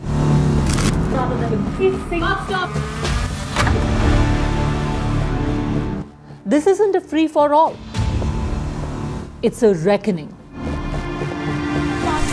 No filler, no fog.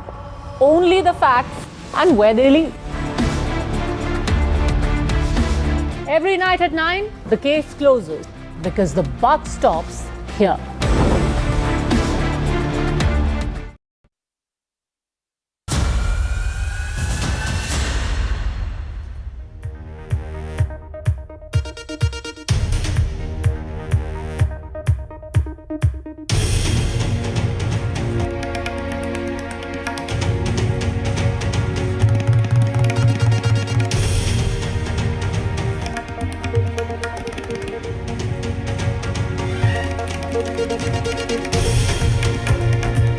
Welcome back. You're watching NDTV Battleground, our continuing coverage of the post-poll studies that have been put out so far. I've got a fabulous panel of political pundits distilling these numbers for our viewers. What I'll do broadcast is give you a sense of where things stand at the moment by looking at all the post-poll studies that have been put out so far. I want to tell our viewers that Access My India, See Voter, and Poll Pulse have said that they will be putting out their data tomorrow. Till then, we'll show you the polls that have been this evening, all of them in unison predicting a victory for the NDA. It's a very clean, clear victory. Chanakya Strategy says the NDA will be between 130 and 138. Remember, 122 is the magic figure in an assembly of 243 MLAs in Bihar. Dainik Bhaskar predicts the NDA will be between 145 and 160. DV Research predicts the NDA will be 130 to 138. JVC says NDA between 135 and 150. The Mahagathbandhan, Chanakya Strategies shows the Gathbandhan touching a 3-digit figure. Dainik Bhaskar shows the Gathbandhan at 73 to 91. DV Research shows Gathbandhan at 83 to 98. And JVC shows the MGB between 88 and 103. The Jan Swaraj is seen as a bit of a cropper, not doing very well. Between 0 and 3 in the Dainik Bhaskar poll, 2 and 4 in the DV Research poll, just 0 and 1 in the JVC poll, and not even opening its account in the Chanakya Strategies poll. So it's quite clear, in unison, the polls on the first sheet are predicting that the NDA is winning. Let's take a look at the second set of numbers that have been put out. Matrize says 147 to 167 for the NDA. P Mark saying 142 to 162 for the NDA. People's Insight projecting 147 to 167 for the NDA. And People's Pulse saying 133 to 159 for the National Democratic Alliance. The Gathbandhan 70 to 90 in Matrize, 76 to 95 in the TIF research poll, 145 to 163. That's what the TIF research data suggests. I want to go across to Jay Mrig, who's just joined us. He's part of the NDTV team, leading cephalogist. Can this go wrong, or do you think there are enough polls and enough insights to suggest that the NDA seems comfortably placed at this moment? Well, Rahul, good evening. This data seems to be directionally correct. I don't think so many polls would get it in one direction, in unison. Secondly, there is a lot of indirect data evidence to suggest that this could be what is happening. So, for example, even if the NDA government could be losing anti-incumbent votes, what that number of JSP shows, that Mr. Prashant Kishor has effectively served as a safety cooker pressure valve to get all the anti-incumbent votes towards himself, a part of it. But you don't know yet that he's got the anti-incumbent vote. That breakup we don't have just at this moment. Yeah. Where did he get his votes from? Yeah. But it seems that has not harmed the NDA. So certainly he served like some sort of a safety valve. The second point is the enhanced turnout. Now, wherever we have had enhanced turnouts like Madhya Pradesh, Maharashtra, the women have either lagged the men marginally or have been almost the same. Bihar is the rare exception where the women are substantially more than the men. The gender gap in the turnout is substantial, which means that could be working for the NDA. Okay, let's take a look, in fact, at the gap between men and women when it comes to voting. In the data that's been put out so far, there is a stark gap that we're seeing between the 2020 polling percentages, the 2025 first phase and the second phase. The level of enthusiasm that we've seen is higher than in past polls. Ajit Jha, you traveled with us through some parts of Bihar. This is the maximum voting your state has seen going back to independence. And second phase seems to be even bigger turnout than first phase. Yes, Rahul, you're absolutely right. In fact, 3 or 4 features of this election make it very different from the previous elections. One is, if you look at the NDA average, it's almost double that of the Mahagathbandhan, which means it is a miracle election like 2010 when the BJP and JDU did its best. It looks almost equivalent to 2010, number one. Number two, the fact that even if the SIR sort of increased the turnout, still, on an average about 4 to 5%, turnout has increased. So that shows that this is perhaps what we call the wave election. Because obviously the NDA seats are very high, so it's what is explaining the wave? 2010 was the last time the NDA did as well, when the JDU by itself was 115 seats. That's the last highest. The question is, can they together beat that? Veer Sanghvi, the fact that you've got an incumbent chief minister who's not all there, there's 20 years of history and therefore anti-incumbency and baggage, and yet Ajit Jha says what we've seen is a wave election. What does that say about the state of the opposition? Well, assuming the usual qualifications that these figures are right, it says that there is, first of all, a certain amount of affection for this government at the center, because the NDA factor should not be ignored. It isn't just Nitish, but it's also about Nitish. I think Nitish now is this about iconic status in Bihar. People know it's his last election. They didn't want to bring him down. They didn't want to humiliate him. And it also, as you correctly says, shows the failure of the opposition to predict, to show anything that's different, anything that inspires people to find an issue. I don't know how much difference Prashant Kishor is going to make, but whatever votes he does get, I think come from the opposition, which has hurt them. GVL Narasimha Rao joins us, senior leader of the Bharatiya Janata Party, also a cephalogist in his own right. GVL, very comfortably placed, happy. Are you confident that this is the way the numbers will be on the evening of the 14th? Or are you still concerned that maybe the pollsters are predicting too much for the NDA? Or is it never? Rahul, no, I think it's a very, very positive election. Let me give you some observations of my own from my surveys and also from my field visits. I haven't seen an election where even your opposition voters are not critical of you. They are not of the government, of its performance. The strongest supporters and voters of RJD also do not say anything negative against the chief minister or the state government. A very strong pro-incumbency election. I have not seen such an election in any state in the recent past. And I have seen several such elections, as you know. Very strong. And then a very, very strong performance beyond expectations. Ordinary Biharis possibly didn't expect the kind of delivery that this government has done in the past 5 years in terms of roads, in terms of Bijli Sadak Pani, where an average performance would satisfy voters. This performance has been beyond expectations. And certainly they deliver, they credit it to both the Chief Minister and also Prime Minister Narendra Modi ji. So double engine Sarkar, the best benefits of double engine government were in evidence in Bihar. And when you have your voters, another interesting thing I've observed, and supporters of your own NDA, normally when you're in government for such a long time, they would have some complaints or other against your performance. Not a single complaint. Your voters become your spokespeople, and your opposition voters are not critical of you. So the only thing that we are battling is some level of anti-incumbency at the local constituency level. And where you have beaten that, you win that seat. So I think certainly there is caste factor. You cannot deny the presence of caste factor in Bihar. So is the case in every other state. We tend to discredit the Bihar. I think caste is as big a factor in Kerala, in Karnataka, in my own home state. But in Bihar, it becomes a little simplistic explanation for most of us. But beyond meanwhile, that, what's the opposition up to? Rahul Gandhi's put out a video.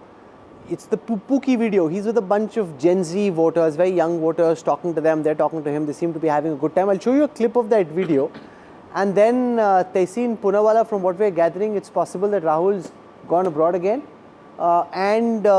Just see that Pookie video. It's a fun video. But the question is, if a leader who's been in power for 20 years cannot be ousted by the young guns, the supposed young guns, Tejashwi and Rahul Gandhi together, then when are they ever going to be able to win an election? It's a very, very serious question.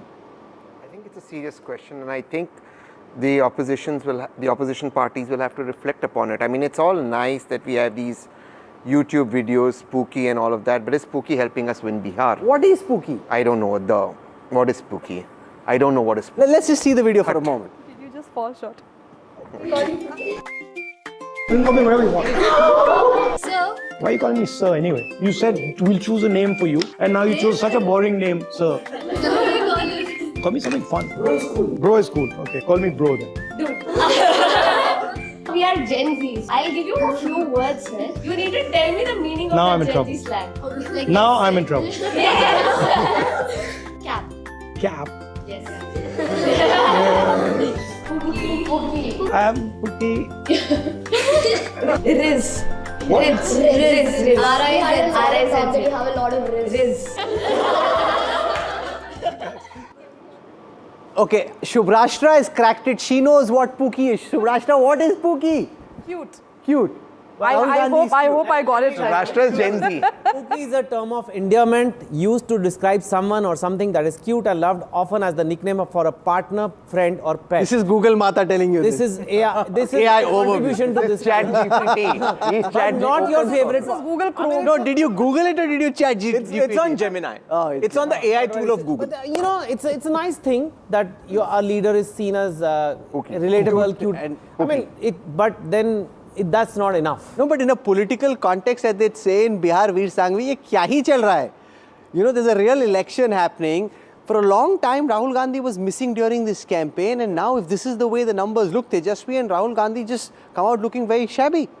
There's a sense in which Rahul felt, I think, he was unhappy with the terms of the alliance. He was not that invested in Bihar. Otherwise, you can't explain his behavior. This kind of video won't necessarily work in Bihar, but it helps build his national brand as this cute guy who gets on well with young people, which I think is ultimately going to be his constituency. I suspect throughout, he was looking beyond Bihar at a larger national picture. But there's one second. I don't agree with you, Veer Sangvi. There's a match going on now. You're saying, I don't like the field setting for this match, so I won't bat in this match. I'll do net practice for some match in the future. Yeah, but he may score a century in the match of the future, I think is the argument. I'm not defending him, I'm only telling you what the argument is. Rahul, we are going into various analysis of these numbers, provided, of course, I'm presuming they are correct. I think there may be a simpler explanation. Which is? In 2020, Chirag Paswan and LJP contested mainly against JDU. We all know why. And if I'm not mistaken, hurt the JDU in 25 seats. If the three parties now come together into a pragmatic coalition, that makes all the difference. It becomes a formidable arithmetic to defeat. No, but of course, but that's where Kanchan Gupta, the opposition's task is to find some solution to break through. They can't say the opposition team is very strong and therefore we won't fight. No, but you see, you can't really contest an election without having a sense of what the local, cultural, social, political context is all about. Now, Rahul Gandhi goes on a fishing trip with the Mallas. Now, your polls, if the poll, as Ashok says, provided the numbers hold, where is the Malla vote, which was supposed to sort of be the booster rocket? So you get trapped into doing things. No, but at least he tried to get the Malla vote. He's trying to do more than MY. That's the effort he made. Rahul, parties exist to win elections, not experiment with elections. Rahul, so it's not a charity house that you are running. No, but what point? No, once again, Tehseen, what point do these cute videos serve? What's really going on here? Can I just be brutally honest? And I really want the Congress to win. It's 15 years we are not in government, right? I've hit my 40s. I do visualize myself someday being in parliament, right? In the next 2029, Rahul will be almost 60. It's all cute, but we have to win elections. If we believe genuinely the constitution is danger, you media guys are bad, everything has to change, we have to make the country Hakuna Matata, and we have to get utopia in India, we need to be in power. And there is no other alternative. And for that, we need to be hardcore. We cannot start an election, have a tempo, go away, then come back, then go away. We have to keep fighting. And there is no other way. You have to get up every morning and say, what do I do to think like Modi and defeat Modi? That is just the way politics is done. I have a theory. The people who, just one line, the people who understand Pookie care more about the New York mayor election than the Bihar election. No, that's true. See, did you know Pookie before this? I had to rely on Chetan Bhagat, the kind of person who uses Pookie. Rahul, a very serious statistical point. With about 8% of the votes, the Congress has bargained for almost a quarter of the assembly in the alliance, 61 on 243 seats. Now, there are other parties in the past which got much smaller shares in alliance, like the BSP in UP, like the BJP in Maharashtra, yet they put up a much more valiant fight. The question therefore is, why is Mr. Rahul Gandhi not putting up that valiant fight? Why is he not doing it? That's for all to One guy who fought, I don't know how it's going to end, is Prashant Kishor. You can't take away the fact that he fought. Okay? He was out there in every single way fighting. I've got Saurabh Singh, national spokesperson of the Jan Suraaj party. Saurabh, welcome. The post-poll studies don't seem very favorable towards the Jan Swaraj. It starts at 0 and ends at 5. Nobody's saying any more than 5. Prashant Kishor told me Arsh ya Farsh. It seems more likely the floor than the ceiling. Okay, good evening, Rahulji. First of all, Bihar is not easy to crack for anyone. For that matter, I'll give you 3 reasons why this exorbitant number will surprise everyone on 14th. The first is, if you see last election and this one, there is an increase of around 13% in youth participation. Last time it was around 58%, this time it's 71%. I'm talking about the first phase. Second phase number, we've not been able to, calculate. Second, the most important is this time around, in last 15 to 20 years, Bihar has never seen election in and around Chhath Puja. Around 50 to 55 lakh migrant people had come to Bihar. Generally, they were bound to return because it was linked to their, jobs and everything. This time around, they stick inside the Bihar. And our estimate is around 40 lakh people have voted additionally. And these numbers will reflect you both in terms of women voter and the person who's earning, the food for the home. So he's the big influencer. Third, and the most important thing, you are calculating 1.41 crore women who have got 10,000. You've missed the 2.1 crore women who haven't got this 10,000 rupees. And I'll tell you once again. But that's not really how it played out. We'd gone into some farms in Purnia, spoken to women. 8 out of 12 women, Ajiji, you were with us, had got the 10,000 rupees. The others weren't resentful. They actually felt, inko mil gaya, hame bhi mil jayega. It's only a matter of time. Yes, Rahulji. And do you think GVL Narasimha Rao, that was the game changer? Because if it was, then I can guarantee to you that if you pay 10,000 in Bihar, you'll have to pay more in Assam. You'll have to pay more before every election, because then that unfortunately becomes the standard expectation of the voters, that you have to cash though, vote low. Rahul, the way this may have added a little more edge to the BJP or the NDA, I won't deny that. But this was a significant factor or a major factor? No, I would disagree, because women vote was always more favorable towards the NDA and the BJP. They certainly have a huge tilt towards both CM Nitish Kumar and Prime Minister Narendra Modi ji.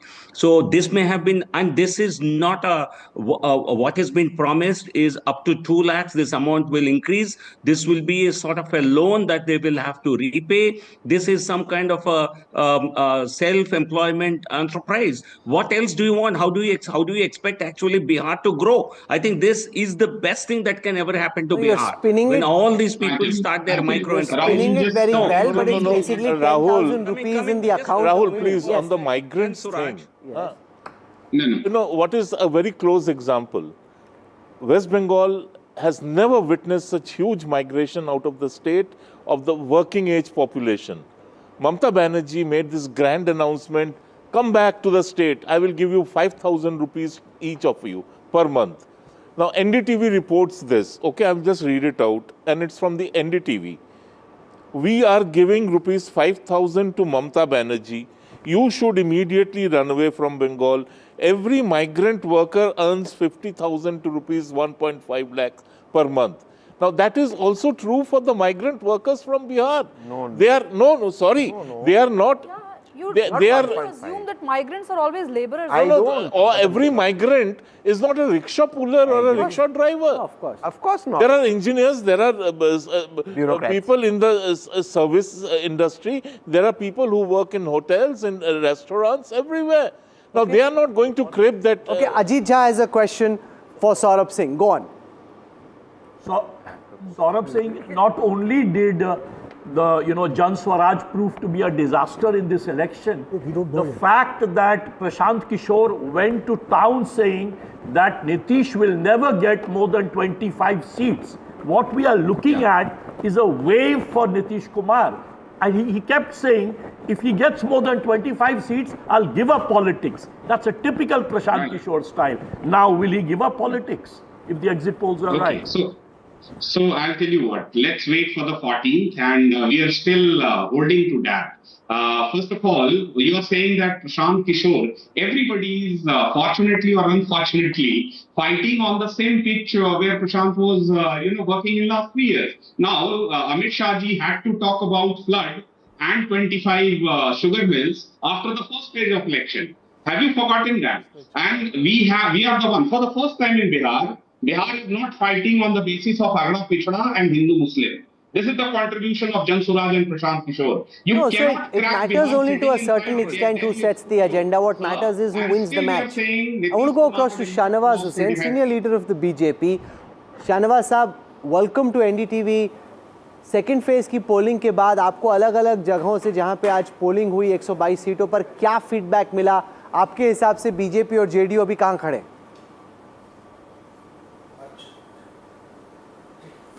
नहीं, मैं तो खुद देख कर आया हूं. देखिए, मैंने खुद ही वोट किया है, निशान देख रहे होंगे आप. और मैं सुपौल में था, वहां से मैं पूर्णिया आया, तो सुपौल, अररिया, पूर्णिया क्रॉस किया. बीच में मैं कुछ लोगों से मिला भी हूं. एक जगह चाय पी मैंने जलालगढ़ में, वहाँ लोगों से पूछा. एक जगह और अररिया में रुका फरविशगंज के पास. तो जिस तरह रिपोर्टर घूमते हैं, मैं तो रूट पे था क्योंकि मुझे जहाज़ पकड़ना था. तो मैंने चाय के बहाने रुक कर पूछा, तो सब जगह एक तरफा पोल हो रहा था. और मैं आपको बता रहा हूँ कि कई लोग कह रहे हैं, कल भी मैंने आपसे बात की थी, जो परसेंटेज बढ़ रहा है, क्योंकि पहले जो वोटर थे जो डेथ कर गए थे या जिनके नाम 2 जगह थे, वो वोटर थे, तो वो अब नहीं है. तो जेन्युइन वोटर है, बोनाफाइड वोटर है. तो इसलिए वोट परसेंटेज ज़्यादा दिख रहा है, लेकिन ज़्यादातर लोग वोट कर रहे थे, अच्छा वोट कर रहे थे. और मैंने बहुत दिनों के बाद देखा कि लोग सरकार इतने साल से रहते हुए सरकार के पक्ष में वोट कर रहे थे. और हमने तो अपने बूथ पर भी किसी से नहीं पूछा, लेकिन लोगों ने कहा तीर है, नीतीश कुमार है। तो माहौल एक तरफा है।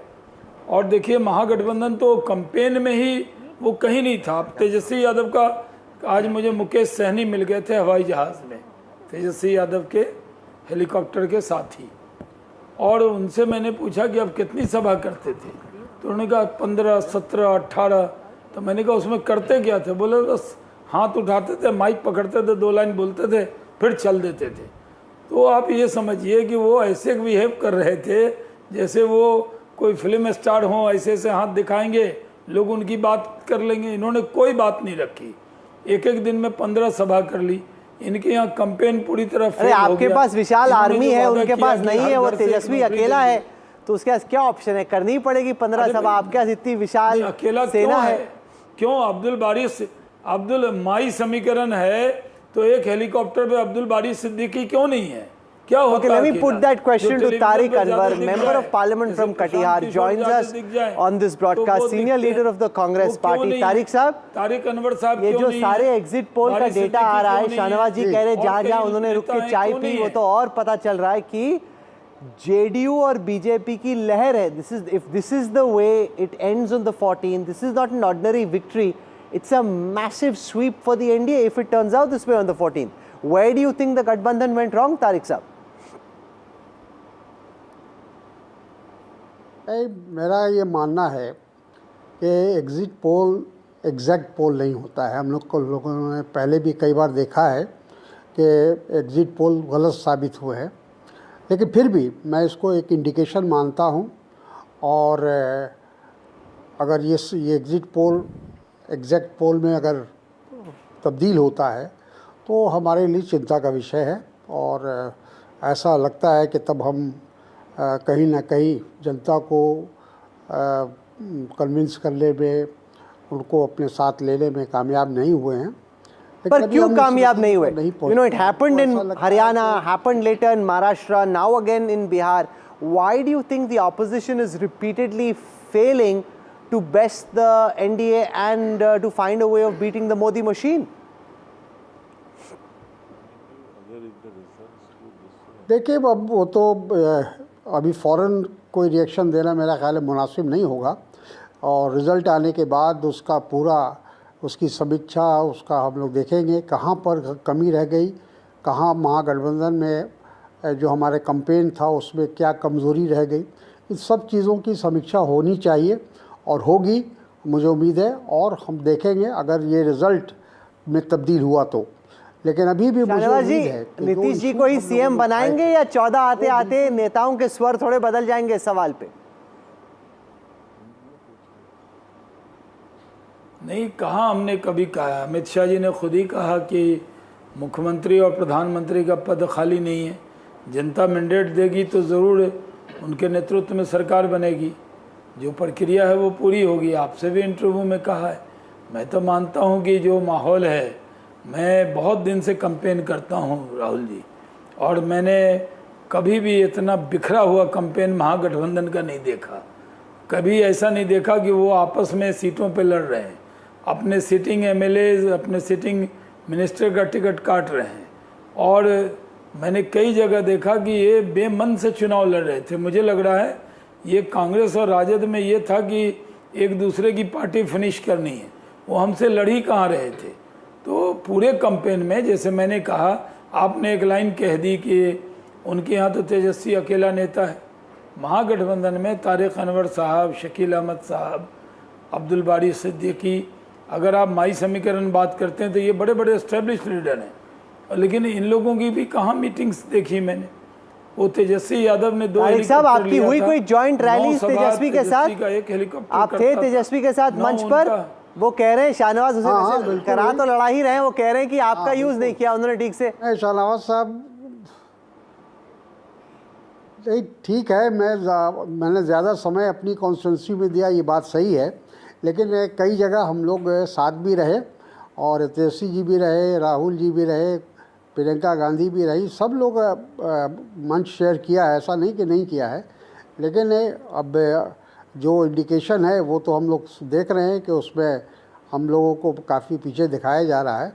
लेकिन फिर भी हमें उम्मीद है कि अगर हम लोगों ने इशू सही उठाया है, जो कि बेरोज़गारी का, भ्रष्टाचार का, पलायन का, गरीबी का, सब जो इश्यूज़ है ये बहुत हर इंसान को छूता है। और बिहार की जो दुर्दशा है वो तो सबके सामने है, लेकिन उसके बावजूद भी अगर एनडीए को समर्थन मिलता है या उनको सरकार बनाने की हैसियत दी जाती है, मौका दिया जाता है, तो ये बहुत Okay, Shahnawaz Hussain, thank you for joining us. He's not saying so, but Tariq Anwar Veer seems almost resigned to his fate, virtually to the extent that he came on the show thinking he had to make a stand, but he knew what was going to happen. He does not seem like he's arguing too much about the No, because he also knows the reality on the ground. He's in Katihar, he's seen what's happening around him. Yeah. He's not a happy bunny, no? No, and also the fact that the point that Shahnawaz Hussain ji makes, that they simply couldn't get their campaign together. Yeah. At no point did it seem that there was a cogent, potent fighting machine trying to unseat the NDA from power. Yeah. I also think they have another problem, which is there was a time when all psephologists used to talk about anti-incumbency. What you are now seeing is a phenomenon is pro-incumbency. It's becoming more and more difficult to dislodge governments, partly because... Only if they are NDA governments. If they are opposition governments, like the Congress in Chhattisgarh, they got dislodged quite easily. True.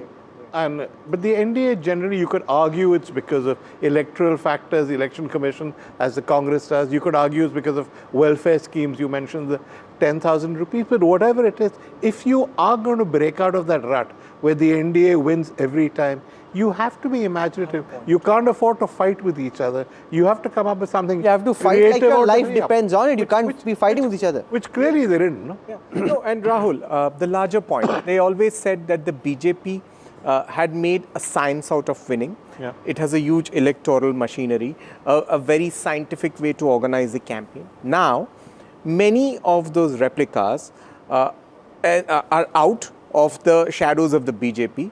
Many of them have run campaigns for the Congress. Yeah. Yet, why is the Congress not able to replicate the success of the BJP? That's point number one. Point number two, did Mr. Rahul Gandhi overplay his hand in trying to seek a larger share in the bargain with the RJD for seats, and therefore... No, but because he didn't get more, he apparently got upset, and that's why he went abroad. So effectively, he harmed the cause of the alliance. That's something congressmen should be answering for. See, if you look at the coalitions, and this is true for many states, not just Bihar, but Bihar still really is a Lalu and Lalu's family versus Nitish fight at its core. The BJP adds value to Nitish. The Congress does not do anything for Tejashwi. Which is what I said. It's 25% is too much to give the Congress. Yeah. Ravi Shankar Ravi joins us. He's a spokesperson of Tejashwi's party, the RJD. Ravi Shankar Ravi ji, तेजस्वी ने chopper तो खूब घुमाया, लेकिन जो data आया है अभी तक उसके हिसाब से it's the NDA that's very comfortably placed to win.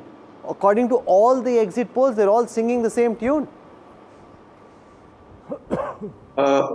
No, I mean, I do not agree with the exit polls. He doesn't agree. I think the plank on which this election was fought, it is the Mahagathbandhan which had set the plank, which was jobs, which was employment, which was situation of law and order. And Tejashwiji's appeal to the youth and his connect with the youth, particularly the first-time voters, I believe they have in our support and they have voted for us. And we are in a comfortable situation. And we will... Jay Mrug has a question for you. Jay. Mr. Ravi, I would actually like to allude to the larger coalition building abilities of the Congress itself. In the southern states like Tamil Nadu and Kerala, Tamil Nadu, where the Congress gracefully accepts a very, very junior partner position, even in terms of number of seats. In Kerala, where it gracefully gives out seats to its allies in spite of being a senior partner, the alliance meets with some success, a fair degree of success. Don't you think the Congress should now be showing the generosity in states like Bihar and UP to ensure the success of the UP and the Mahagathbandhan? I think in any coalition, the coalition partners always try to, have more number of seats to fight in the elections. And this is what happened in Mahagathbandhan also in this election, and that is one of the reasons which was very evident that on a few seats there have been friendly fight. And what Shahnawaz Hussain Sahab was saying, I think in any coalition there is infighting, and he was projecting the infighting of the NDA onto us, which was not evident in the public sphere because they could settle comfortably on the seats and there was no friendly fight for them. But there is always some kind of infighting, some kind of conflict, Tehseen Poonawalla, could the Gathbandhan have done something differently to try and change the outcome, or do you think just at the starting point the caste arithmetic was so favorable towards the NDA that the election in many ways was pre-decided? So I had told Tejashwi this, that for him to win and go beyond the 35, one more caste will have to be added. One more, preferably an OBC caste would have to be added. And that wasn't just Mukesh Saini ji's caste. So that had to be added. Apart from that, I think what the Congress made one fundamental mistake in was this was too much of an attack on again the issues of the Constitution, the Prime Minister. The Prime Minister and the Constitution were not the issues in the Bihar elections. I think the Congress's traditional vote bank, which it's lost, it has to try and get it back. Some of the upper caste, some of the Dalit vote bank, which has moved towards the BJP. No, but this is a very important point, Veer, that Tehseen makes, that harping about the Constitution and issues of national significance in an assembly context, this is a local election. People want to know what is their MLA going to do for them. Is Rahul reading the script wrong? No, I got the impression throughout the campaigns, I just said that in his mind he'd written Bihar off. He didn't care that much about what would happen. He would use it to make national points, which he hoped to resound with his... Now, I want to go across to Manoj Singh. Manoj Singh is joining us now. He's from Matrize. It's one of the pollsters whose data we put out. So I want to welcome Manoj. Manoj, Aiye, welcome. Let's show Manoj's data and then he can explain this to our viewers. So if you just stay a little on the side, leave some space in the middle. 147 to 167 is what Manoj is predicting for the NDA. The Gathbandhan at just between 70 and 90. So all the Gathbandhan parties together less than what the RJD got by itself last time. And Jan Swaraj just between 0 and 2. Basis kya hai aapke calculation ka? How have you come to what looks like a sweeping mandate for the NDA? इस बार का जो चुनाव है, ये चुनाव Nitish versus महागठबंधन के ऊपर में है। महागठबंधन इसलिए कि जिस चीज़ को महागठबंधन ने लोगों के बीच में लेकर आया कि नीतीश के वो जो एज है, जो भूल रहे हैं, ये है, और वही उनके लिए हथियार साबित कैसे कि महिलाएं जो कोर वोटर थी इनके महागठबंधन एनडीए की, उसमें महिलाओं का सबसे बड़ा योगदान है। और इस बार आप देख रहे हैं कि पोल में सबसे ज़्यादा किसी का उत्सुकता है तो महिलाओं का है। लंबी कतारें लगी हुई हैं, पोल चल रहे हैं और लोगों का इमेज खराब नहीं है। जैसे इन लोगों ने कहा कि हमें रोजगार देंगे, लेकिन देने वाला कौन है, उसका इमेज जनता के बीच में कैसा है, तो लोग सोचते हैं कि अरे ये तो लालू शासन वाली बात हो रही है। नहीं, पर आपको लगा कि जो उनकी इतनी तबीयत नासाज है, जो तमाम कहानियां बिहार में, उसका कोई नेगेटिव नहीं इम्पैक्ट हुआ? आप कह रहे हैं कि बल्कि फायदा है। हाँ, महिलाओं ने ये कहा कि ये मेरा समय है नीतीश का कर्ज उतारने का। चूंकि 4 इलेक्शन आप देखेंगे, रिजर्वेशन भी उन्होंने दिया, महिलाओं को 50% निकाय चुनाव में, उन्होंने रिक्शा साइकिल भी दिया, महिलाओं को स्कूल ड्रेस दिया, ये किया, और अभी जाकर 10,000 रुपया दिया, और उन्होंने वादा भी किया कि मैं 2 लाख रुपये तक भी इसको सहायता के रूप में दूंगा। तो महिलाओं को लगा कि जो पहले से मुझे करता आ रहा है और जो ये बोल रहे हैं, महागठबंधन के लोग बोल रहे हैं, तो वो 20 साल का शासन जो उनका था, जैसे अभी भी 60 साल का शासन कांग्रेस के लिए परेशान करता है, वो समझ नहीं पाता कि उससे कैसे छुटकारा पाए। वही महागठबंधन में था कि हम कैसे इनसे छुटकारा पाए। आप देखेंगे तेजस्वी के पूरे कैंपेन में लालू यादव के शासन का कोई वर्णन नहीं है। वर्णन कहाँ होता था? वो 18 महीना जो नीतीश के नेतृत्व में उन्होंने शासन किया था। तो यहाँ लोगों के अंदर विश्वास जो नीतीश के प्रति बना था, और तेजस्वी कभी भी आप देखेंगे बहुत एग्रेसिव नहीं हो पाए, उनके शासन को लेकर काउंटर नहीं कर पाए, तो यहाँ पे हुआ। और दूसरी जन स्वराज का बताइए कि जन स्वराज को आप दिखा 0 से 2, तो आपके हिसाब से कोई इंपैक्ट दिखा आपके पोल में कि नहीं? मुझे लग रहा है कि यदि जन स्वराज इससे आगे बढ़ता तो एनडीए जो फोल्डर है वो काफी नीचे आता, क्योंकि इनके पास जो वोट आ रहा था वो फॉरवर्ड क्लास से आ रहा था। और मेरा मानना है कि ये जो रुकावट हुआ है कि फॉरवर्ड क्लास वोटर टूटकर महागठबंधन में नहीं गया है। कैसे रुका कैसे? क्योंकि बीच में पोल्स में लग रहा था कि बढ़ रहा है जन स्वराज, पीछे कैसे हुआ? नहीं, वो उस समय जब नाराजगी दिख रही थी 6 महीना पीछे की, आप देखिएगा कि नीतीश को लेकर स्टेट में पूरी नाराजगी दिख रही थी, इसके बाद ये सारा हुआ था।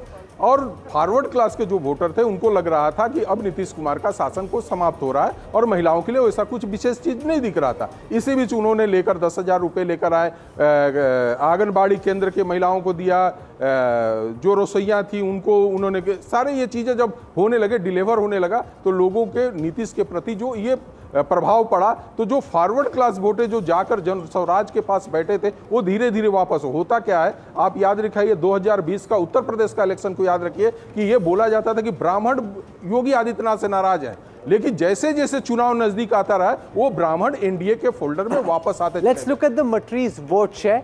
It will give you a sense of how the seats are actually translating into votes. You're predicting 48% of the vote for the NDA, up from 37 originally and 42 in the current formation. Gathbandhan you're saying is 37, which is where they were. So the big story here is that you're essentially saying the Gathbandhan Jaimrig added no votes. That's what Manoj's data is saying. Gathbandhan was at 37, they're still at 37, NDA was at 42, they've gone up to 48 according to his poll. Yeah, I would quite agree with those numbers. I go back to the experience in Maharashtra.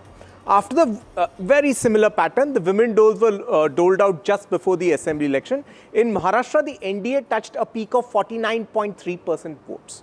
So 48 here looks absolutely plausible. Now the other point which I was making, PK as a safety valve, that 5% is something that PK has prevented from going to MGB. That would have been 42 to have made the contest much more closer. No, but you can't assume that all 5% came which from is the by and large Gathbandhan. the expectation, as he was saying कि वो अधिकतर सवर्ण vote था जो BJP से छूट रहा था.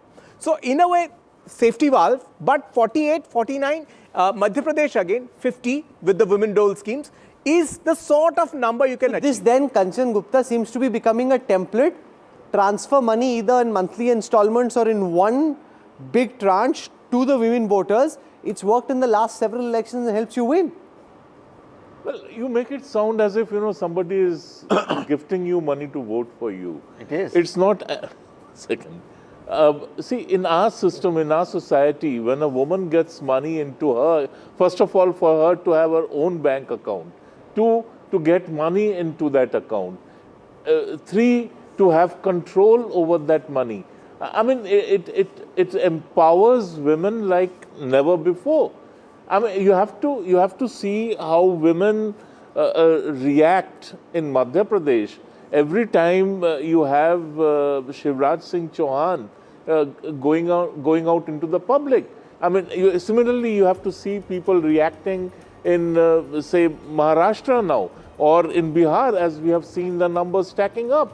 And again, I repeat, you make it sound only as if they are voting for the money. No, it's the whole package. There are hidden factors. No, of course. Like Veer water right. on the tap, I think plays a huge role. The better public health indicators, they play a huge No, but role. some of that, my argument is, some of that Veer Sangvi gets factored in, you take it for granted once the water is there.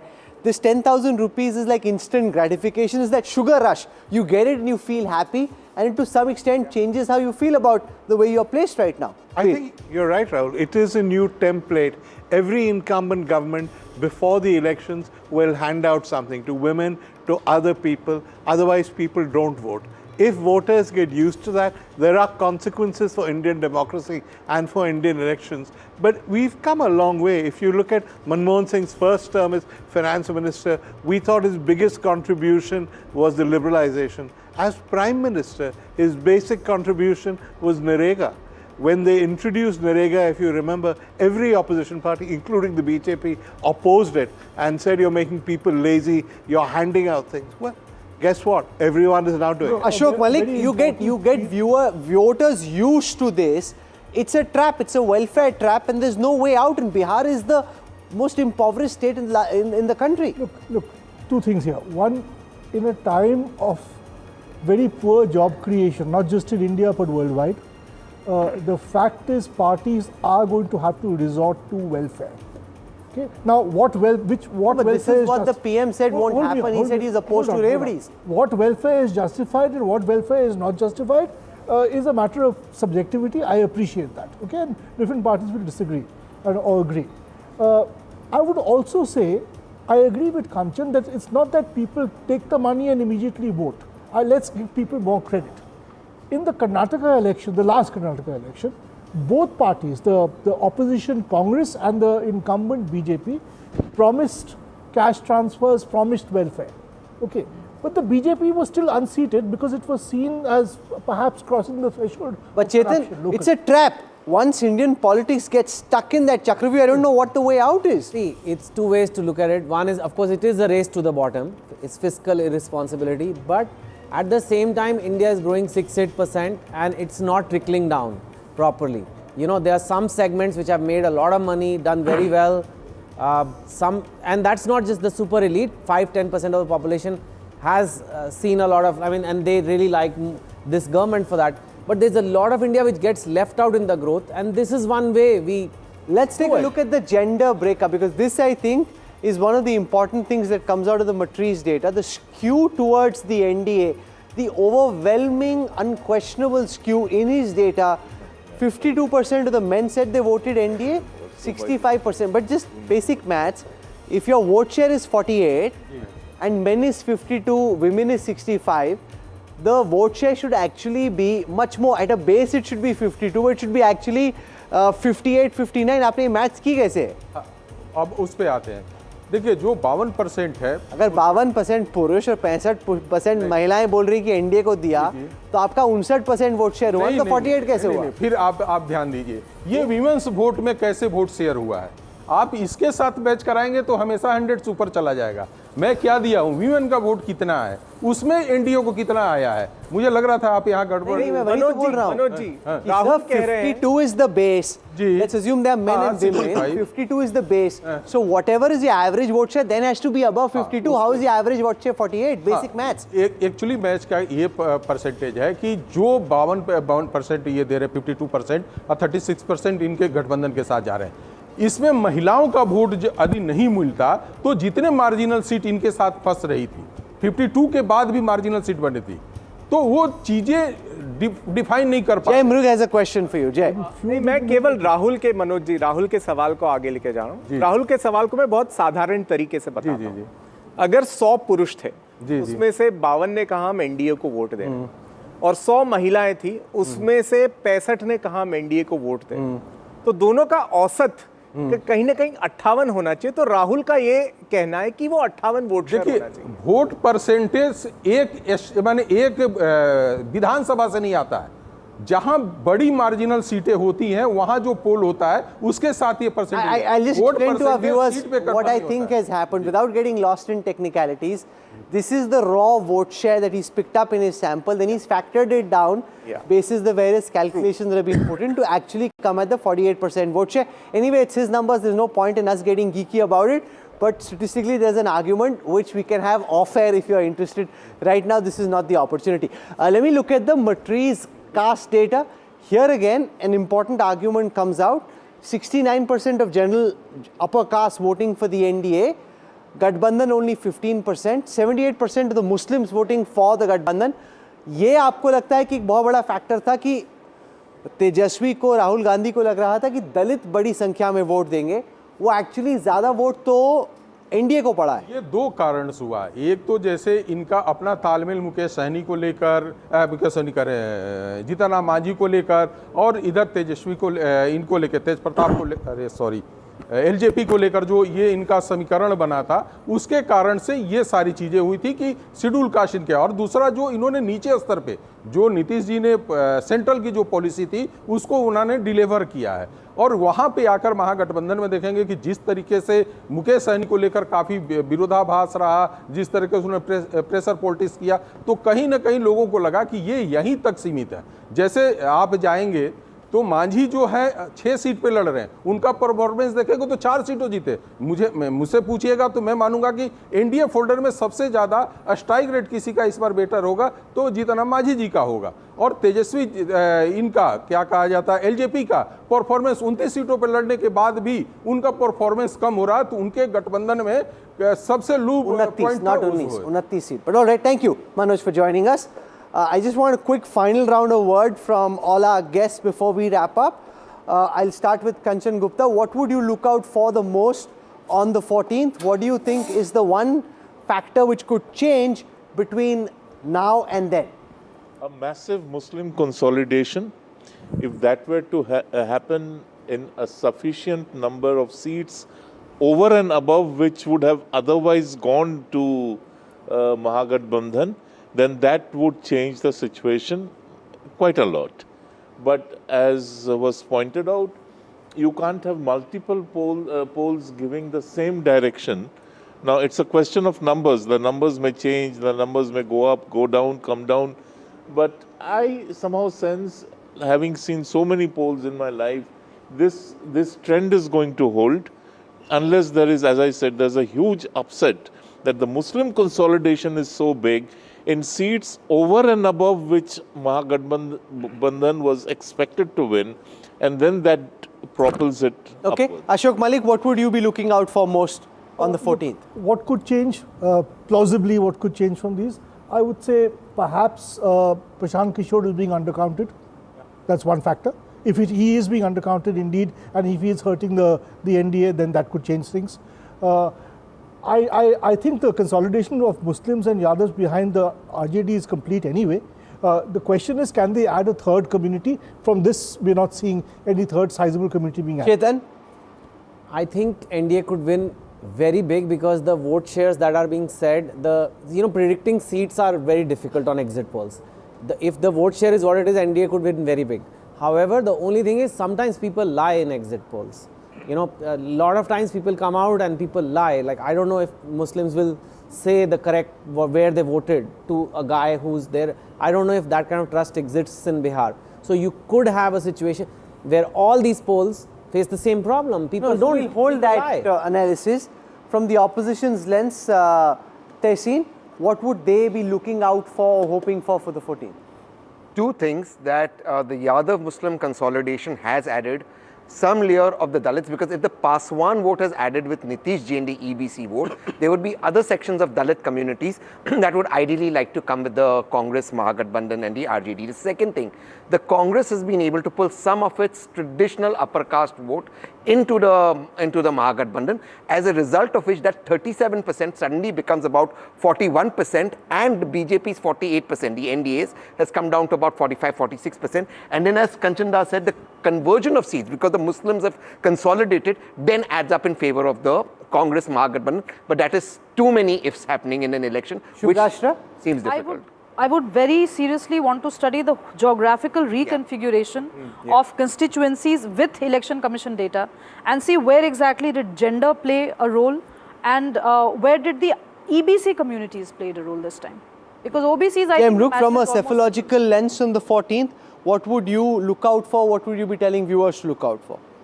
Three specific deviations, if they happen, might alter this result. First, the performance of the MGB in the riverine belt, where the Malla vote is there in substantial numbers. Two, as he rightly pointed out, the substantially high turnout in the Simachal belt. And three, if we've gone through the candidate list, there are a lot of former Jansangis that the Jan Suraaj has fielded.